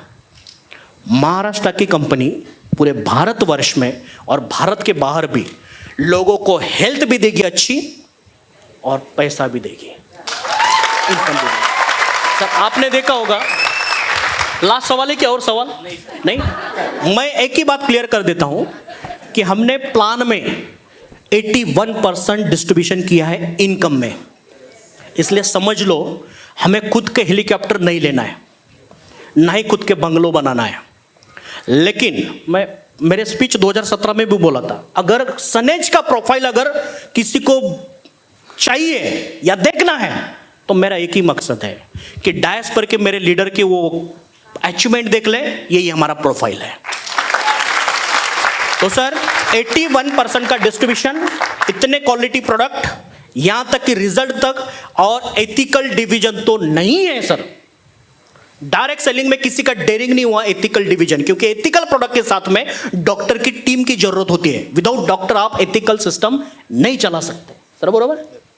ये डेयरिंग करना है ना, ये सिर्फ सनेज कर सकता है, क्योंकि ये पागलपन वाला काम है, ग्रेट ग्रेट ग्रेट. ये इजीली नहीं है. इसलिए बहुत बड़े सपने हैं. और एक्चुअली सर आपकी मेहनत, अमोल सर या हमारे टॉप लीडर सविता मैडम, जो भी इनकी मेहनत मैं देख रहा हूँ, ये सब जो मेहनत आहे ना, ये रात दिन सुने. ये सर तो हरदम मिले तो हम बोलते सर खूप मोठी जिम्मेदारी वाढवली आपल्यावरती, और आज जाने के बाद कम से कम 2-3 दिन तो नींद नहीं आएंगी. Thank you sir.